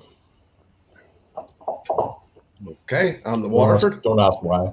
Waterford, I think, is the yellow. And the Bladnoch? Bladnoch, I went same as Roy, purple. And the Balcones? Balcones, I would say, is the black one. But only because I initially thought it was maybe the Sazerac rye. Right. So that kind of led me down that route. I went, that's kind of similar. And the Silky? Silky, I went, was pink. Which leaves... green for the team.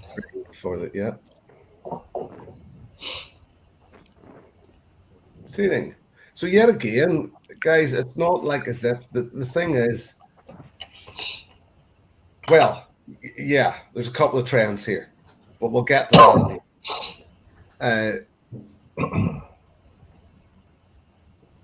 Ben, I'm just opening my messages again to see whether you want in or not. Yep, Ben's coming back in. So, Ben, what do you think then for the McConnell? Don't know. It was a really quick decision you made us make there. I think I agree. I think the Bladnock's the purple and the Balcones is the black. They're the kind of only two I'm kind of nailed on. I went with McConnell's for the red. Okay. I've went pink for the Waterford. See, my problem with the Dark Silky is I do really like Dark Silky and I have a bottle of it, but without my nose and being able to really get the peat on it, I'm all over the place. But I've went green for Dark Silky and yellow for the Teeling. Because the thing is, you did say, what did you say, green for the Silky? Yeah. There. And yellow for the, you said that you enjoy Dark Silky. Yep. And you also said that you don't enjoy Waterford.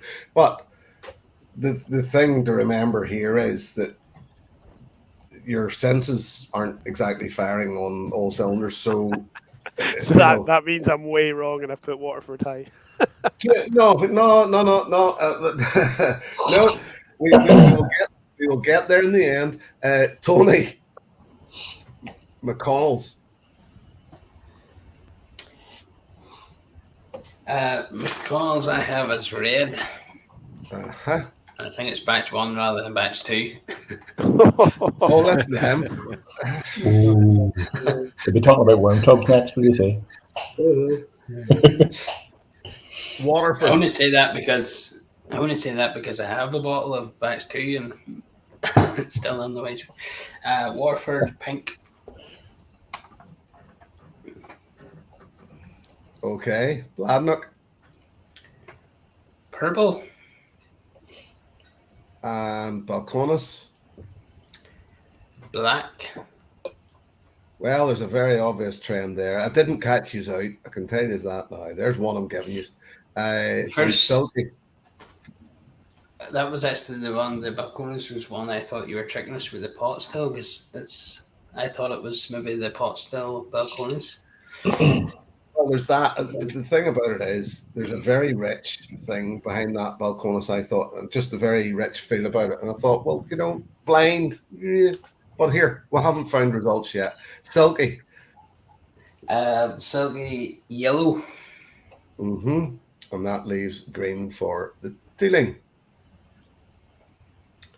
I'm going to have to get these. And as I said, if only I had the room here, I would be able to split these screens and actually show you guys what I'm looking at, because I can see all your answers. Yeah. And some of you have done really well. Can you feel all our nerves? That's not to say some of you have done terribly badly. It's just interesting. That's what it is. I'm going to drop that screen back down again, just in case. I don't want to reveal just yet. Let me see, because I can't remember what the next slide is. So there we go. McConnell's all over the place. Neil, you thought it was the green. Lee J and Roy both thought it was the pink. Graham, Ben, Tony all thought it was red. Waterford, Neil, Ben, and Tony all thought it was the pink. Lee J and Graham thought it was yellow. Roy thought it was red. The Bladnock, 5 out of the 6 thought it was the purple one. Lee J thought it was the red one. Balcones, all of you agreed that it was the black. Silky, Neil thought it was yellow. Lee J thought it was purple. Roy thought it was green. Graham thought it was pink. So Ben green and Tony yellow. So it was a bit, and just as I say, sort of this. Obviously, this is just a bit bizarre because there's not really a pattern showing. Shall I reveal? Oh dear. Well, what Jim has basically done is invited us along to an Irish whiskey tasting and added a Scotch and an American just to make us happy. I'm going to open this now. Okay. Here we go. Oh, Now, this is where I was quite surprised that you didn't get the McConnell's, because it is sherried and it's the only really one. Yeah. It's the only one among them that is actually quite sherried. Only Neil, who never gets any of these right, got it right. Waterford, I get. it's young, it's youthful, it's sort of hard to pick out. Sure. Lee J, I wanted so many times to say to you, I can understand why you thought it was the Scotch, why you thought it was the Jock, because it's still, to me, plays like a Scotch whiskey a bit. It's got that. I did say to them in Scotland, or in Waterford, whenever I was down at the distillery, you're making a Scotch whiskey in Ireland. And they sort of sucked air through their teeth and disagreed with me. But, you know, it's double distilled. It's just that Mark Rainier hasn't left an awful lot behind in Brookladdy. He sort of brought it with him. That's the way I look at it. I want to bounce these forward, because what I find more interesting about this, you will still have your list of your favourite to least favourite. Now, Ben, you truly are sick because you put Waterford in second. This is why I wanted to bring that up. So now this is how we can prove how ill you are, that you put Waterford second. Oh, listen, I've always said I maybe just haven't had a good Waterford. So maybe now I have. So, do you know, I don't mind it. I really don't. I think it's interesting. Once again, like all of these, the one that I picked up, as I said recently, and most of you's got it, and I could understand yet again how Lee J the two mixed up between the Waterford and the Bladnoch. I picked up this Ember cask at auction recently for €55, and it's quite good. I think you would agree for what it is. It's Bladnoch I haven't had a lot of experience with, but this for €55 I was well impressed with. I didn't get any. Did you say it was peated? It's bourbon. There's will you hear this? I see if I can get my eyes to focus on this. Bourbon peated sherry quarter cask, new oak matured. So I the get a wee bit of smoke on the empty glass, just, but I wouldn't. Single malt Scotch, aged and perfectly balanced. Of course, it is combination of ex-bourbon cask, new oak, and for the first time from Bladnoch, peated ex-sherry quarter casks, which would suggest that they're actually finishing in ex-peated casks, surely, rather than actually drying the malt. So. But I still think it's, and it was, most of you picked that out as being the Jock or the Scotch whiskey among them, and I was sort of glad you did. I think it's fantastic. It was a sort of a wee gem. It didn't seem to drink like that strength. 53.5. It seemed a lot lighter in the front end. Well, the thing was too, at the start, I said that I was drinking one of the drams we're drinking tonight, and that's what I was drinking. I was drinking the Bladnoch, and I found it very difficult to not say how much I was enjoying it. The Balcones, I will, as I said, be reviewing next week. I asked, and he was in the chat earlier, I'm not sure if he's still here, Graham McNeil, a good friend of ours over here, very, very into his bourbons and rye. And I actually reached out to Graham and said, I need a rye to review which one, and I give him like 3 or 4 ryes, and he said the Balcones simply because they're and his words were that wee bit more independent, and that shows you how long ago it probably was that I reached out to Graham, considering Balcones are hardly independent now, considering they're owned by Diageo. But this is actually a slightly, well, this is before Diageo. This was a 2021 release. But I think we'd all agree that it's still a very interesting spirit. It's Balcones very capable of doing weird and wonderful things with grains. The other reason, so the Silky caught me out recently in a blind challenge. I remember thinking it very good. I bought the bottle. I've had a couple out of it myself. It's not as good as it was in the blind. Even trying a blind myself, I thought it wasn't that good. It's all right. I had the red silky yesterday in blind, and thought it a youthful Scotch. Thought it was a youthful one of the new young Scotch distilleries. So it shows that they are capable, very capable of down there in is it Ardra that they're in now, the distillery Sleeve League. Very capable of mixing it up, and the fact that both the McConnells and the Silky are blends, both sourced blends, and both sourced, I believe, I certainly know that McConnell's is Great Northern Distillery. I imagine, I think the Silky is as well. Yeah, so there you go. Both of them Great Northern Distillery. So it's all right saying that yes, these people are sourcing.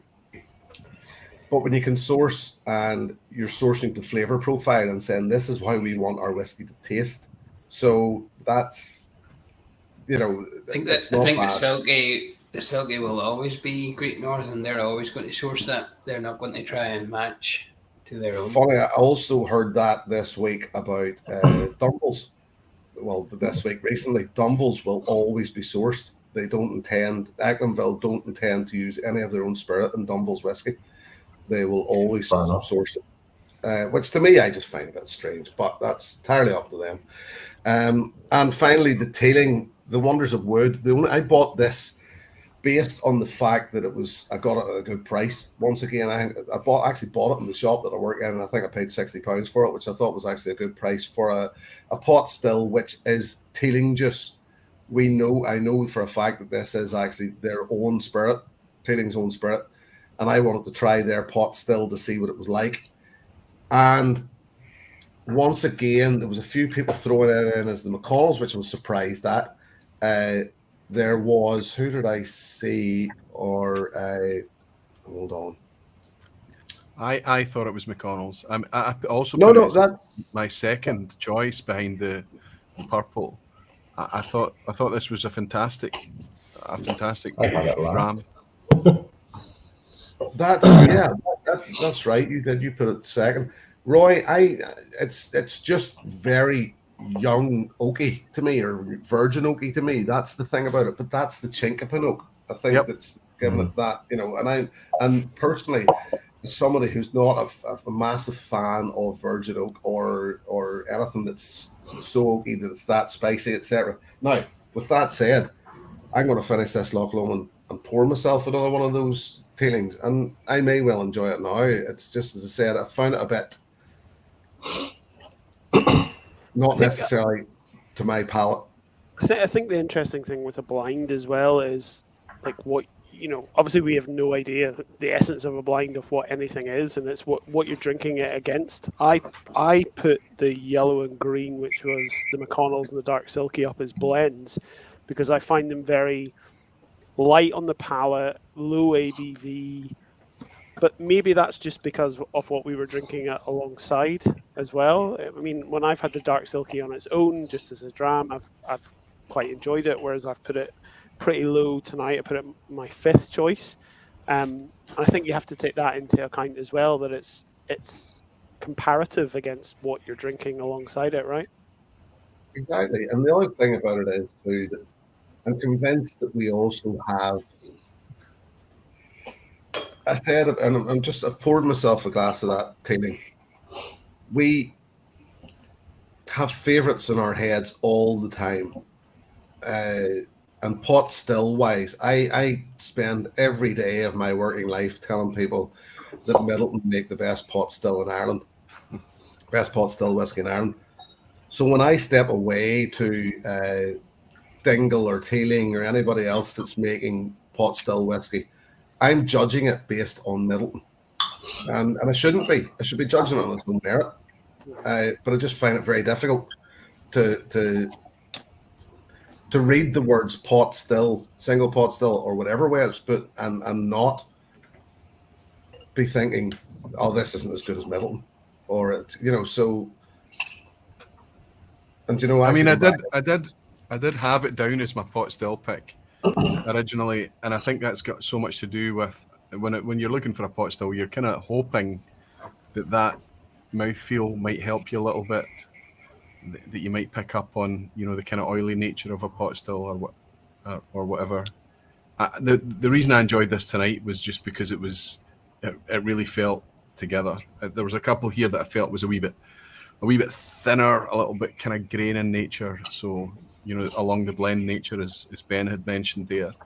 But I think going back now, I understand why I've put it second from top. Right, there is a nice texture to it. There is a nice mouthfeel. It is okay and it is sweet, but I don't think it's sickly or in any way.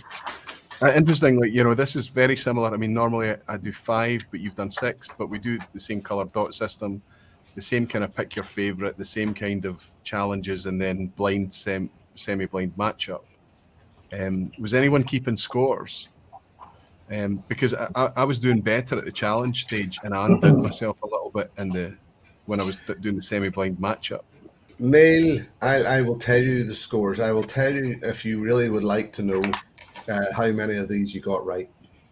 Out of the who's who, and then we can go back to the other ones in the challenge, if that's all right, if you're happy enough. Aye. So Neil got let me see, you got the McConnells, you got the Bladnock, you got the Balcones, and you got the Silky. So correct, you got 4 of them. Lee J, I think you had already scored yourself, hadn't you? Is it right? I guess I'm Don't read my right, I'm there. 2. Well, you got 1 in the who's who. Yes. Not the word, but I mean, For the challenge, I think I did better. Exactly. We'll go back to the challenge in a moment. That's not taken away from you. Roy, you got the Bladnock, you got the Balcones. So 2 of them there. No, I got the Waterford. Oh, you did, correct. I'm trying to take points away from you, Ingram. And he's pretending that he wasn't keeping score. Hey, fighting for my life here. Graham, unless you want to correct me as well, I would say that's 2. Nah. Then I'll just call the taxi now. It's all right. 2, and Tony, Tony 3 actually, because you got the Silky as well. So, boys, he was right on the mark there, wasn't he? He wasn't. Roy just wasn't for letting that one go. Nope. So let's see the blind challenge. How did Ben get on the blind? Sorry? How did Ben get on with these? Ben, that was the thing. Ben actually did very well, and I was sort of chuckling in the background. I was chuckling to myself because for somebody who wasn't well, he got the 2 blends. The only one he slept on was the only one that Ben slept on was the pot still in the Waterford that he got back to front, and but got the 2 blends. So as I said, sometimes just point. I think I got 6 out of 12, which by Aqua Vitae standards is pass mark, right? That's a pass mark, Ben. Yeah, we'll give you that. Everybody found the Foreigner. So fair play to you. Fair play to you. Neil found the Jock, so you did well there as well. Neil, you found one of the blends, but not the other. So in the challenge, what's that? 1, 2, 3. Lee J, you did do better, marginally. Sorry, you found the Foreigner. You found one of the blends. So I'm looking. Yep, no, yep, that's what you. Yep. And Roy, you found the Scot. You found the Foreigner, and you found one of the blends, and you found the pot still. Good man. You're actually the only one that found the pot still. Graham found the Foreigner, both of the blends. Good man. As I said, I always already give Ben. Ben was already counting his score. Tony found the Jock. He found the Foreigner and the 2 blends. So there you go. Look, as I said, it was all about fun, but you did well. Give yourselves a good pat in the back and etc. All that, Sure, it was a bit of crack, wasn't it? That was what it was all about. Absolutely. Definitely. Did you find anything? And finding some nice new whiskies. That was going to be my next question. Did you find anything that you enjoyed that you would say, you know, I would go out and buy that almost? Sorry, Tony, go on. No, go ahead. I was just gonna say I've not had a lot of Bladnoch. It's not a distillery I've had a lot from, but that was by far and away my most favourite whiskey for the night. Yeah. Did anyone else get any of that kind of springbanky funk type style about it? Or Yeah. And somebody mentioned, I know I had suggested earlier I didn't pick up any peat, but I'd actually been talking in the chat. I thought that Jim might have been generous enough to send us some of his Springbank at some point. I was sure that it could be a Springbank, to the point that I was even looking at the purple dot and thinking, could it be Springbank 18? Ben, I agree with you. Despite you suffering from ill health at the minute, I think that there was a really rich, mature deliciousness about that purple tonight that made it stand out a wee bit for me. Not just as a Scotch, but specifically a very kind of interesting, funky. Like I say, it took me to Campbelltown. Yeah. It really did. The thing about it is, when you listen to what I was saying about that Bladnoch, that's technically on.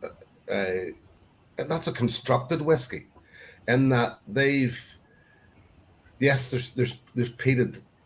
There's a peat feel there, which is, as you said, Roy, that would bring in that springbanky sort of feel about it. There's just enough peat going on in the background. From what I'm saying about that, they've actually just finished that in casks that have had peated malt, which has had a sherry. That's almost what I'm reading into that.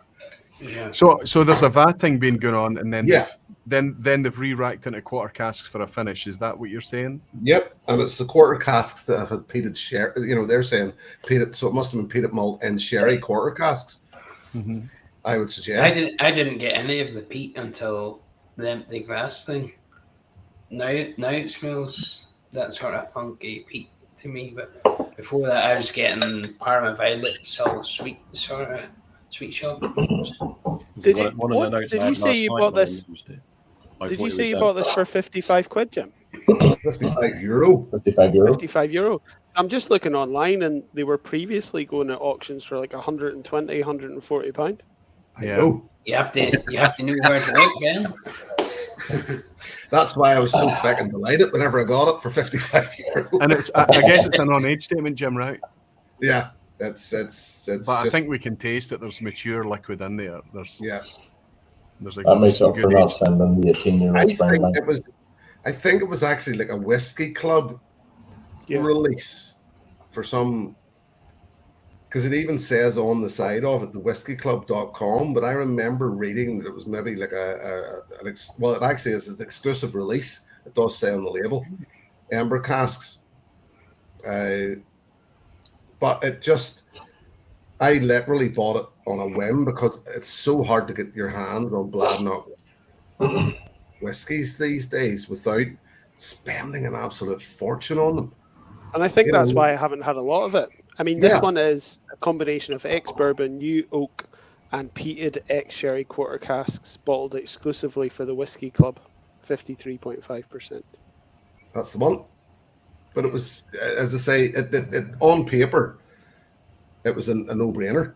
Really, at 55 euro. And it just shows sometimes that I'm not really one for buying a lot of stuff on auction. I picked up some great whiskies at last month's Irish whiskey auction, and the other thing to do, and it's something I would recommend to people, that if you're looking, it's preaching to the converted, but if there's anybody new in there who's not buying an auction, if you want decent Scotch whiskey at a decent price, buy it in an Irish whiskey auction. If you want decent Irish whiskey at a decent price, buy it in a Scotch whiskey auction, because neither knows what the other's worth. I'm setting, there's 4 people in this room, who recently were in John Bittle's bar in Belfast drinking Springbank 10-year-old from the old Springbank bottle with the black label for £6.50 a dram, because they didn't know what they had. It's if you want good Scotch whiskey, Graham left with the empty bottle. How did the whiskies rank tonight, Jim? What was the favourite through to the least favourite in terms of whiskey? Hold, and we'll find out. The Bladnock's got to have won. I think most people put that. Yeah, and I'm starting to feel a wee bit bad for the Balcones Rye because it does sip better than. I don't want people to the takeaway from this tonight being that the Bladnock, the Balcones Rye whiskey is poor, because it isn't at all. It was my favorite. Yeah, my second favorite is really interesting. Really interesting. Yeah, it was also. Let me see. I just shrunk that down too far. It was also Lee J's second favorite. So no, it definitely didn't. And that was one of the reasons why I sort of fired it in there, because I think, as I said, it's an interesting enough thing, and to be it's different. But as somebody who does, that's my first rye really for me. I get a very like digestive biscuit. Is that normally on the nose of a rye? A syrily, biscuity.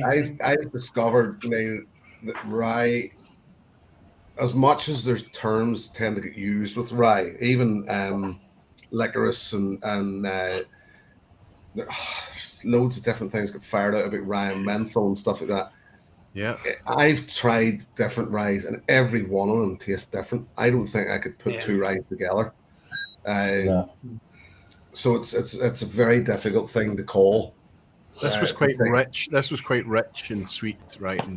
But once you know it's a rye, you go looking for the typical rye things like maybe a wee bit of lime and ginger and grass and what is it? The Americans always talk about the dill pickle note, which is absolutely here if you know dill.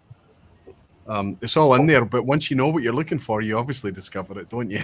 Mm-hmm. But earlier, I just knew that I wasn't Scotch. I just couldn't tie it. It's funny because last week was the first time I've ever tried Balcones, thanks to Hamish at Dramfees. And my first tasting note on black was Texas heat, and then it went to lime and slightly aniseed. Yep. Well, aniseed's another one that you tend to get from some of these. Sorry, I just had a donation from Justin Wan, fantastic one. No more needed to be said, Justin. Thank you very much. I did this, Tony. I actually, based on that Balcones Rye, I was so impressed that I went out and bought almost the same day the Texas bourbon from Balcones. And the thing is, I know Shockwaves got sort of sent through the bourbon and rye fans that whenever Diageo bought Balcones there, I don't think an awful lot will change. I think anybody with their head screwed on will realize that it's not going to change overnight. Those guys aren't going to just give up what's been going well for them. It's that team will be kept on board to make what they were making good, I would think. Absolutely. I actually thought maybe you were playing a play on words with one of the drams I had was the Balcones pot still. And I thought, is he trying to trick us with the pot still? You see, there's an awful lot. What did I this week coming? Well, you guys, some of you guys will have seen it. The patrons will have seen it already. The Willet bourbon, and when I was reviewing that, I kept finding this pot still reserve. They call that the pot. Sorry, there's a fly on here. They call that the pot still reserve, but it says plainly on the label straight bourbon. But when you see it advertised, etc. So even whenever I was trying to do my homework on it, I kept thinking to myself, "Am I looking at two different whiskies here?" But it was just the way they were calling it, and it's literally, I think, based on the shape of that bottle. They call it the pot still reserve. It's a cool bottle.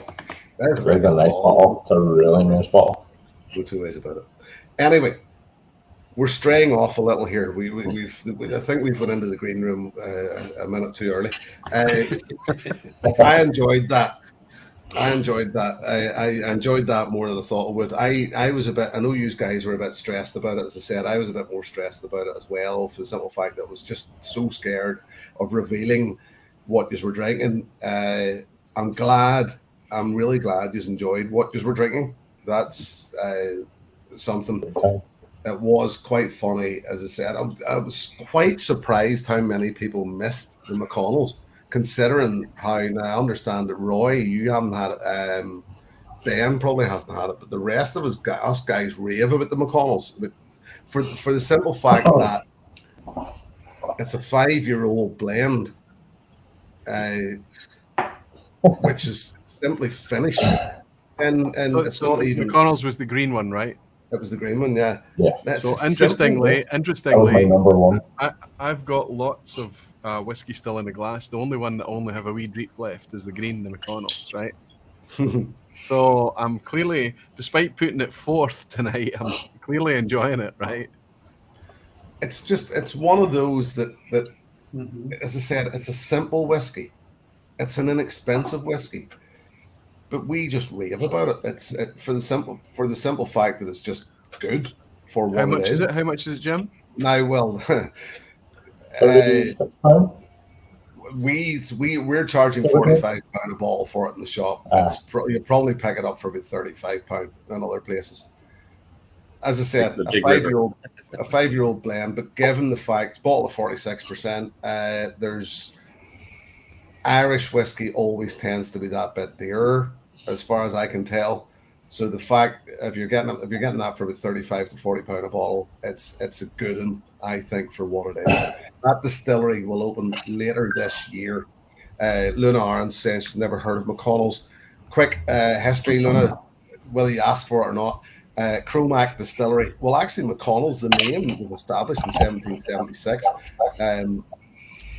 Cromac Distillery was in Belfast, was producing McConnell's last, opened around 1899, closed around 1930.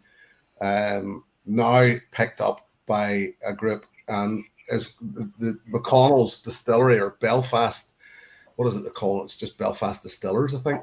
In the jailhouse, the old jailhouse on the Ormeau Road, or not the Ormeau Road, the Crumlin Road. Thank you, Nate. Here in Belfast, and they're basically building a distillery in the old jailhouse, so it should be starting later this year. And I wish the best for them. So there'll be 2 distilleries then operating in Belfast: Titanic Distillery and McConnell's. And I just think it's great to see distilleries back in Belfast again. Irish whiskey doing very well. Still an education to people. They don't get this thing that how Irish whiskey is no competitor to Scotch whiskey. That people think that Irish whiskey is this huge competition. It ain't. Not compared to Scotch whiskey. But in my opinion, maybe it's just my opinion, but certainly, as I said, good to see some of these distilleries back. Gentlemen, I think we'll move this to the green room for a short period of time. I know a lot of you guys have been very busy tonight. Ben's already left. He just sorted off. No goodbyes. No, like he didn't. He just slammed the door and left. It's like him. He does that. Gents, can't thank you enough. That was great fun. I thoroughly enjoyed it, and I hope you did too. And Absolutely. I always think these things. You can almost hear the at the end of these things. Roy is taking the rest of the it's quite funny. There's 2 of them. McConnell's have 2 blends currently. They have the 5-year-old blend, which is a standard bourbon, and it's all right.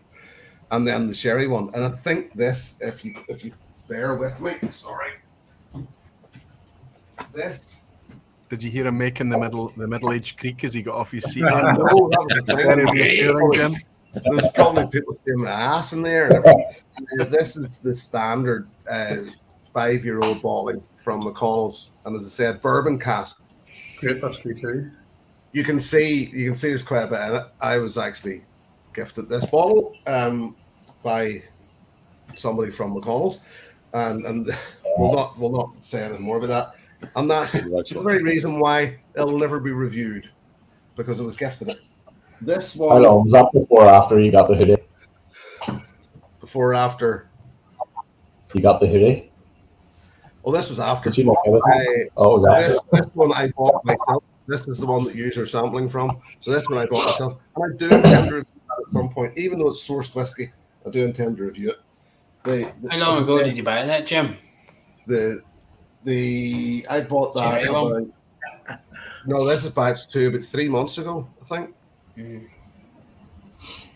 Yeah, roughly about 3 months ago. That's what I was wondering if it was batch 2, because I didn't like batch 1. I think, well, funny, I did hear people saying that they preferred batch 1. I don't think I ever tried batch 1. I bought this based on a sample that from that tasting night. And yeah, something probably. And I just thought straight away, as soon as I tasted it, I thought I really like that for what it is. So I'll move on, because it does look like as if I'm trying to promote the bloody stuff. No, it was me. As we sip, as I say, I've finished it. There's nothing much left, and if you're talking about a £40 bottle of whiskey, sometimes a bit less, that's pretty good. It's pretty good. And for us here in the UK, I mean, I know that you guys are complaining about the prices of Irish whiskies, but it's we're feeling it the same here too.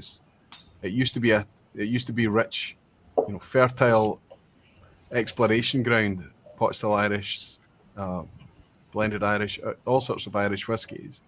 That's not the case anymore. The price of entry has jumped up quite a bit, so it's nice to be able to find things that are a bit more sensible. Yeah. Having said that, we're at the stage now in whiskey that anything sub £50 is sensible these days, which is pretty horrible when you think about it. But yet again, I think this is why if you find something like that McConnell's, which is just a bit better than the run of the mill at sub £50, that's why I think ones like that sort of tend for me to stand out then. And why you don't mind actually just going and spending the money on them and buying one, because somebody has went to the effort of making something that they think tastes right. I know for a fact that McConnell's source. I know for a fact. I've been told that McConnell's sourced the spirit from Great Northern Distillery. They then source the cask separate. Whereas an awful lot of people go to Great Northern Distillery and they just source the aged spirit and say, here's what we want it to taste like. Use make it, go ahead. Whereas McConnell's had went, we know what we want to taste like. We just want your spirit, and we'll do the rest ourselves. I mean, somebody could tell me I'm wrong, but and I probably will be told I'm wrong. But it's just such an Irish whiskey at the minute is just a mire. And it's something that I honestly, I still tell people as much as I work in an Irish whiskey shop, my heart lies with Scotch whiskey, because for me it's better. There's more choice. There's just, and people say that there's good, well, let's face it. I mean, there's no pot still whiskey in Scotland as such. It doesn't need it. It's not as much as, yes, there's good pot still whiskey in Ireland, but you're still really, in my opinion, going to one distillery to find that. So it's all right if you want to be picky about it. There's a few people pitching in here about Irish whiskey, and I know they're right. I think what's going to be super interesting, actually, this idea that everything we put out on YouTube, even these kind of it's just wonderful to be able to do this. I feel like I've been hanging out in Jim's garden shed with you all drinking whiskey. It's just great fun, right? But it's here for posterity. It's here forever. And I think when these statements that we are making today, Jim, and you're talking about the statement of Irish whiskey, the stage of where Scotch is today, that is very specific about where it is today. And it's going to be crazy to come back in 5 years' time, maybe a few more years, and look back and say, wow, and see how much it's, because I guarantee it's going to change. I 100%. I mean, I keep saying it, I keep using the same term, that Irish whiskey's in a state of puberty at the moment, and it'll be 10 years before we see it, fully bloom, fully blossom, and be the thing that it's going to be. It'll never be. I mean, history tells us that Irish whiskey was the world leader back in the day, because then we had the American market. Then the American market mattered. Nowadays, the American market doesn't make the same difference as it used to make. I mean, nowadays it's that Indian market. It's that there's so many big players in the world now that have changed whiskey for forever. Really, that Irish whiskey really, to a certain extent, and I've said it before and I'll say it again, is a hobby. It's a hobbyist thing. Yes, it matters to the people that are producing it. Yes, it matters to those of us who are trying to sell it. But where the Scottish economy depends on whiskey production, where a lot of the UK economy depends on Scotch whiskey production, Irish economy doesn't currently, and I don't think it will. Well, that's all of that. Everything that you've said there is super interesting to me, because it's all from the perspective of the liquid being an export.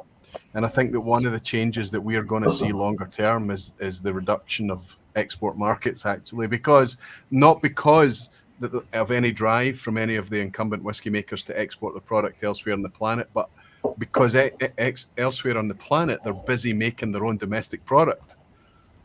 And we're not talking small scale, we're talking huge scale distillation in India, in Taiwan, in China, and obviously, and the incumbents have been established for a long time, like Japan. But look at the Southern Hemisphere, look at New Zealand's Renaissance, Australia, Tasmania. Anywhere you look on the planet, there's this huge explosion of interest in whiskey and production in whiskey.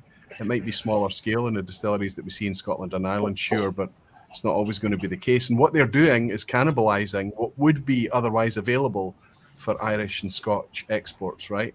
Because the domestic market is taken care of more locally. So it's going to be very, very interesting. And what the good news for us all as whiskey sippers, as whiskey lovers, impassioned whiskey geeks, whatever you want to call us, is that competition drives quality, hopefully. You did not send us a dud whiskey tonight, Jim, and for that I thank you. But also, it's difficult to find dud whiskies, isn't it? And they make a lot of news when they do appear. Oh, they're out there. They are out there. There are expensive whiskies, there are overpriced whiskies, there are cynical whiskies, but even those you couldn't say that they're rubbish, that they're just misplaced, maybe. Yeah. Brilliant. Sage words, as always, from Mr. Duff, and what a great way, I'm going to say, to finish this. Roy, thank you. I've ended the stream. Sorry, boys. No, I've decided to break on there for the simple fact that could have kicked off another conversation once again, and it is a school night. We have to remind ourselves. I caught Lee J out the corner of my eye yawning there, and it's just one of those things that wasn't you boring him, Roy. I know for a fact it wasn't. It was the fact that it's Monday evening, and these things. Generally, that's why I generally don't run on as long. But I knew this would run on a bit longer tonight, being a bit of a challenge, etc. So, gentlemen, I'm going to drop you out into the green room. And I'll say to you again, thank you so much for joining me for that tonight. That was more entertaining for me, I would imagine, than it was for you. And it was just, it was interesting. And the thing about it was, I said from the start of that, interesting whiskies. And you made them even more interesting. You really did. It was brilliant. Thank you, and thank you to Ben as well, who has, as I say, slammed the door. He did text me to say he was going to try and get back in, but no, the door's already closed, Ben. So, gents, I will drop you out, and I'll see you in a moment. Lee J, cheers, my friend. Graham, thank you, buddy. Neil, Tony. And I left Roy to the end because he has a bit special guest. Cheers, Ben. He was going to say something, but he's not allowed. Guys, thank you. I mean, that was entertaining for me. I really enjoyed that. I am taking a break now for the next couple of months from the live streams. I don't think there'll be that. I always say that. I don't think these things are missed that much. I only do them once a month, so it's one of those things that you know, but it's always very much appreciated whenever you come in. There was almost 60 in at one point tonight, and it's good to see. And the conversation was good, the crack was good, and I really, really appreciate it. I'll be back in September, God willing, as they say, and I'll see you then. But look, until then, have a great summer. Look after yourselves. It's a couple of months, and we'll see you whenever we return. Cheers, folks. Here's to your good health. Look after yourselves. Cheers.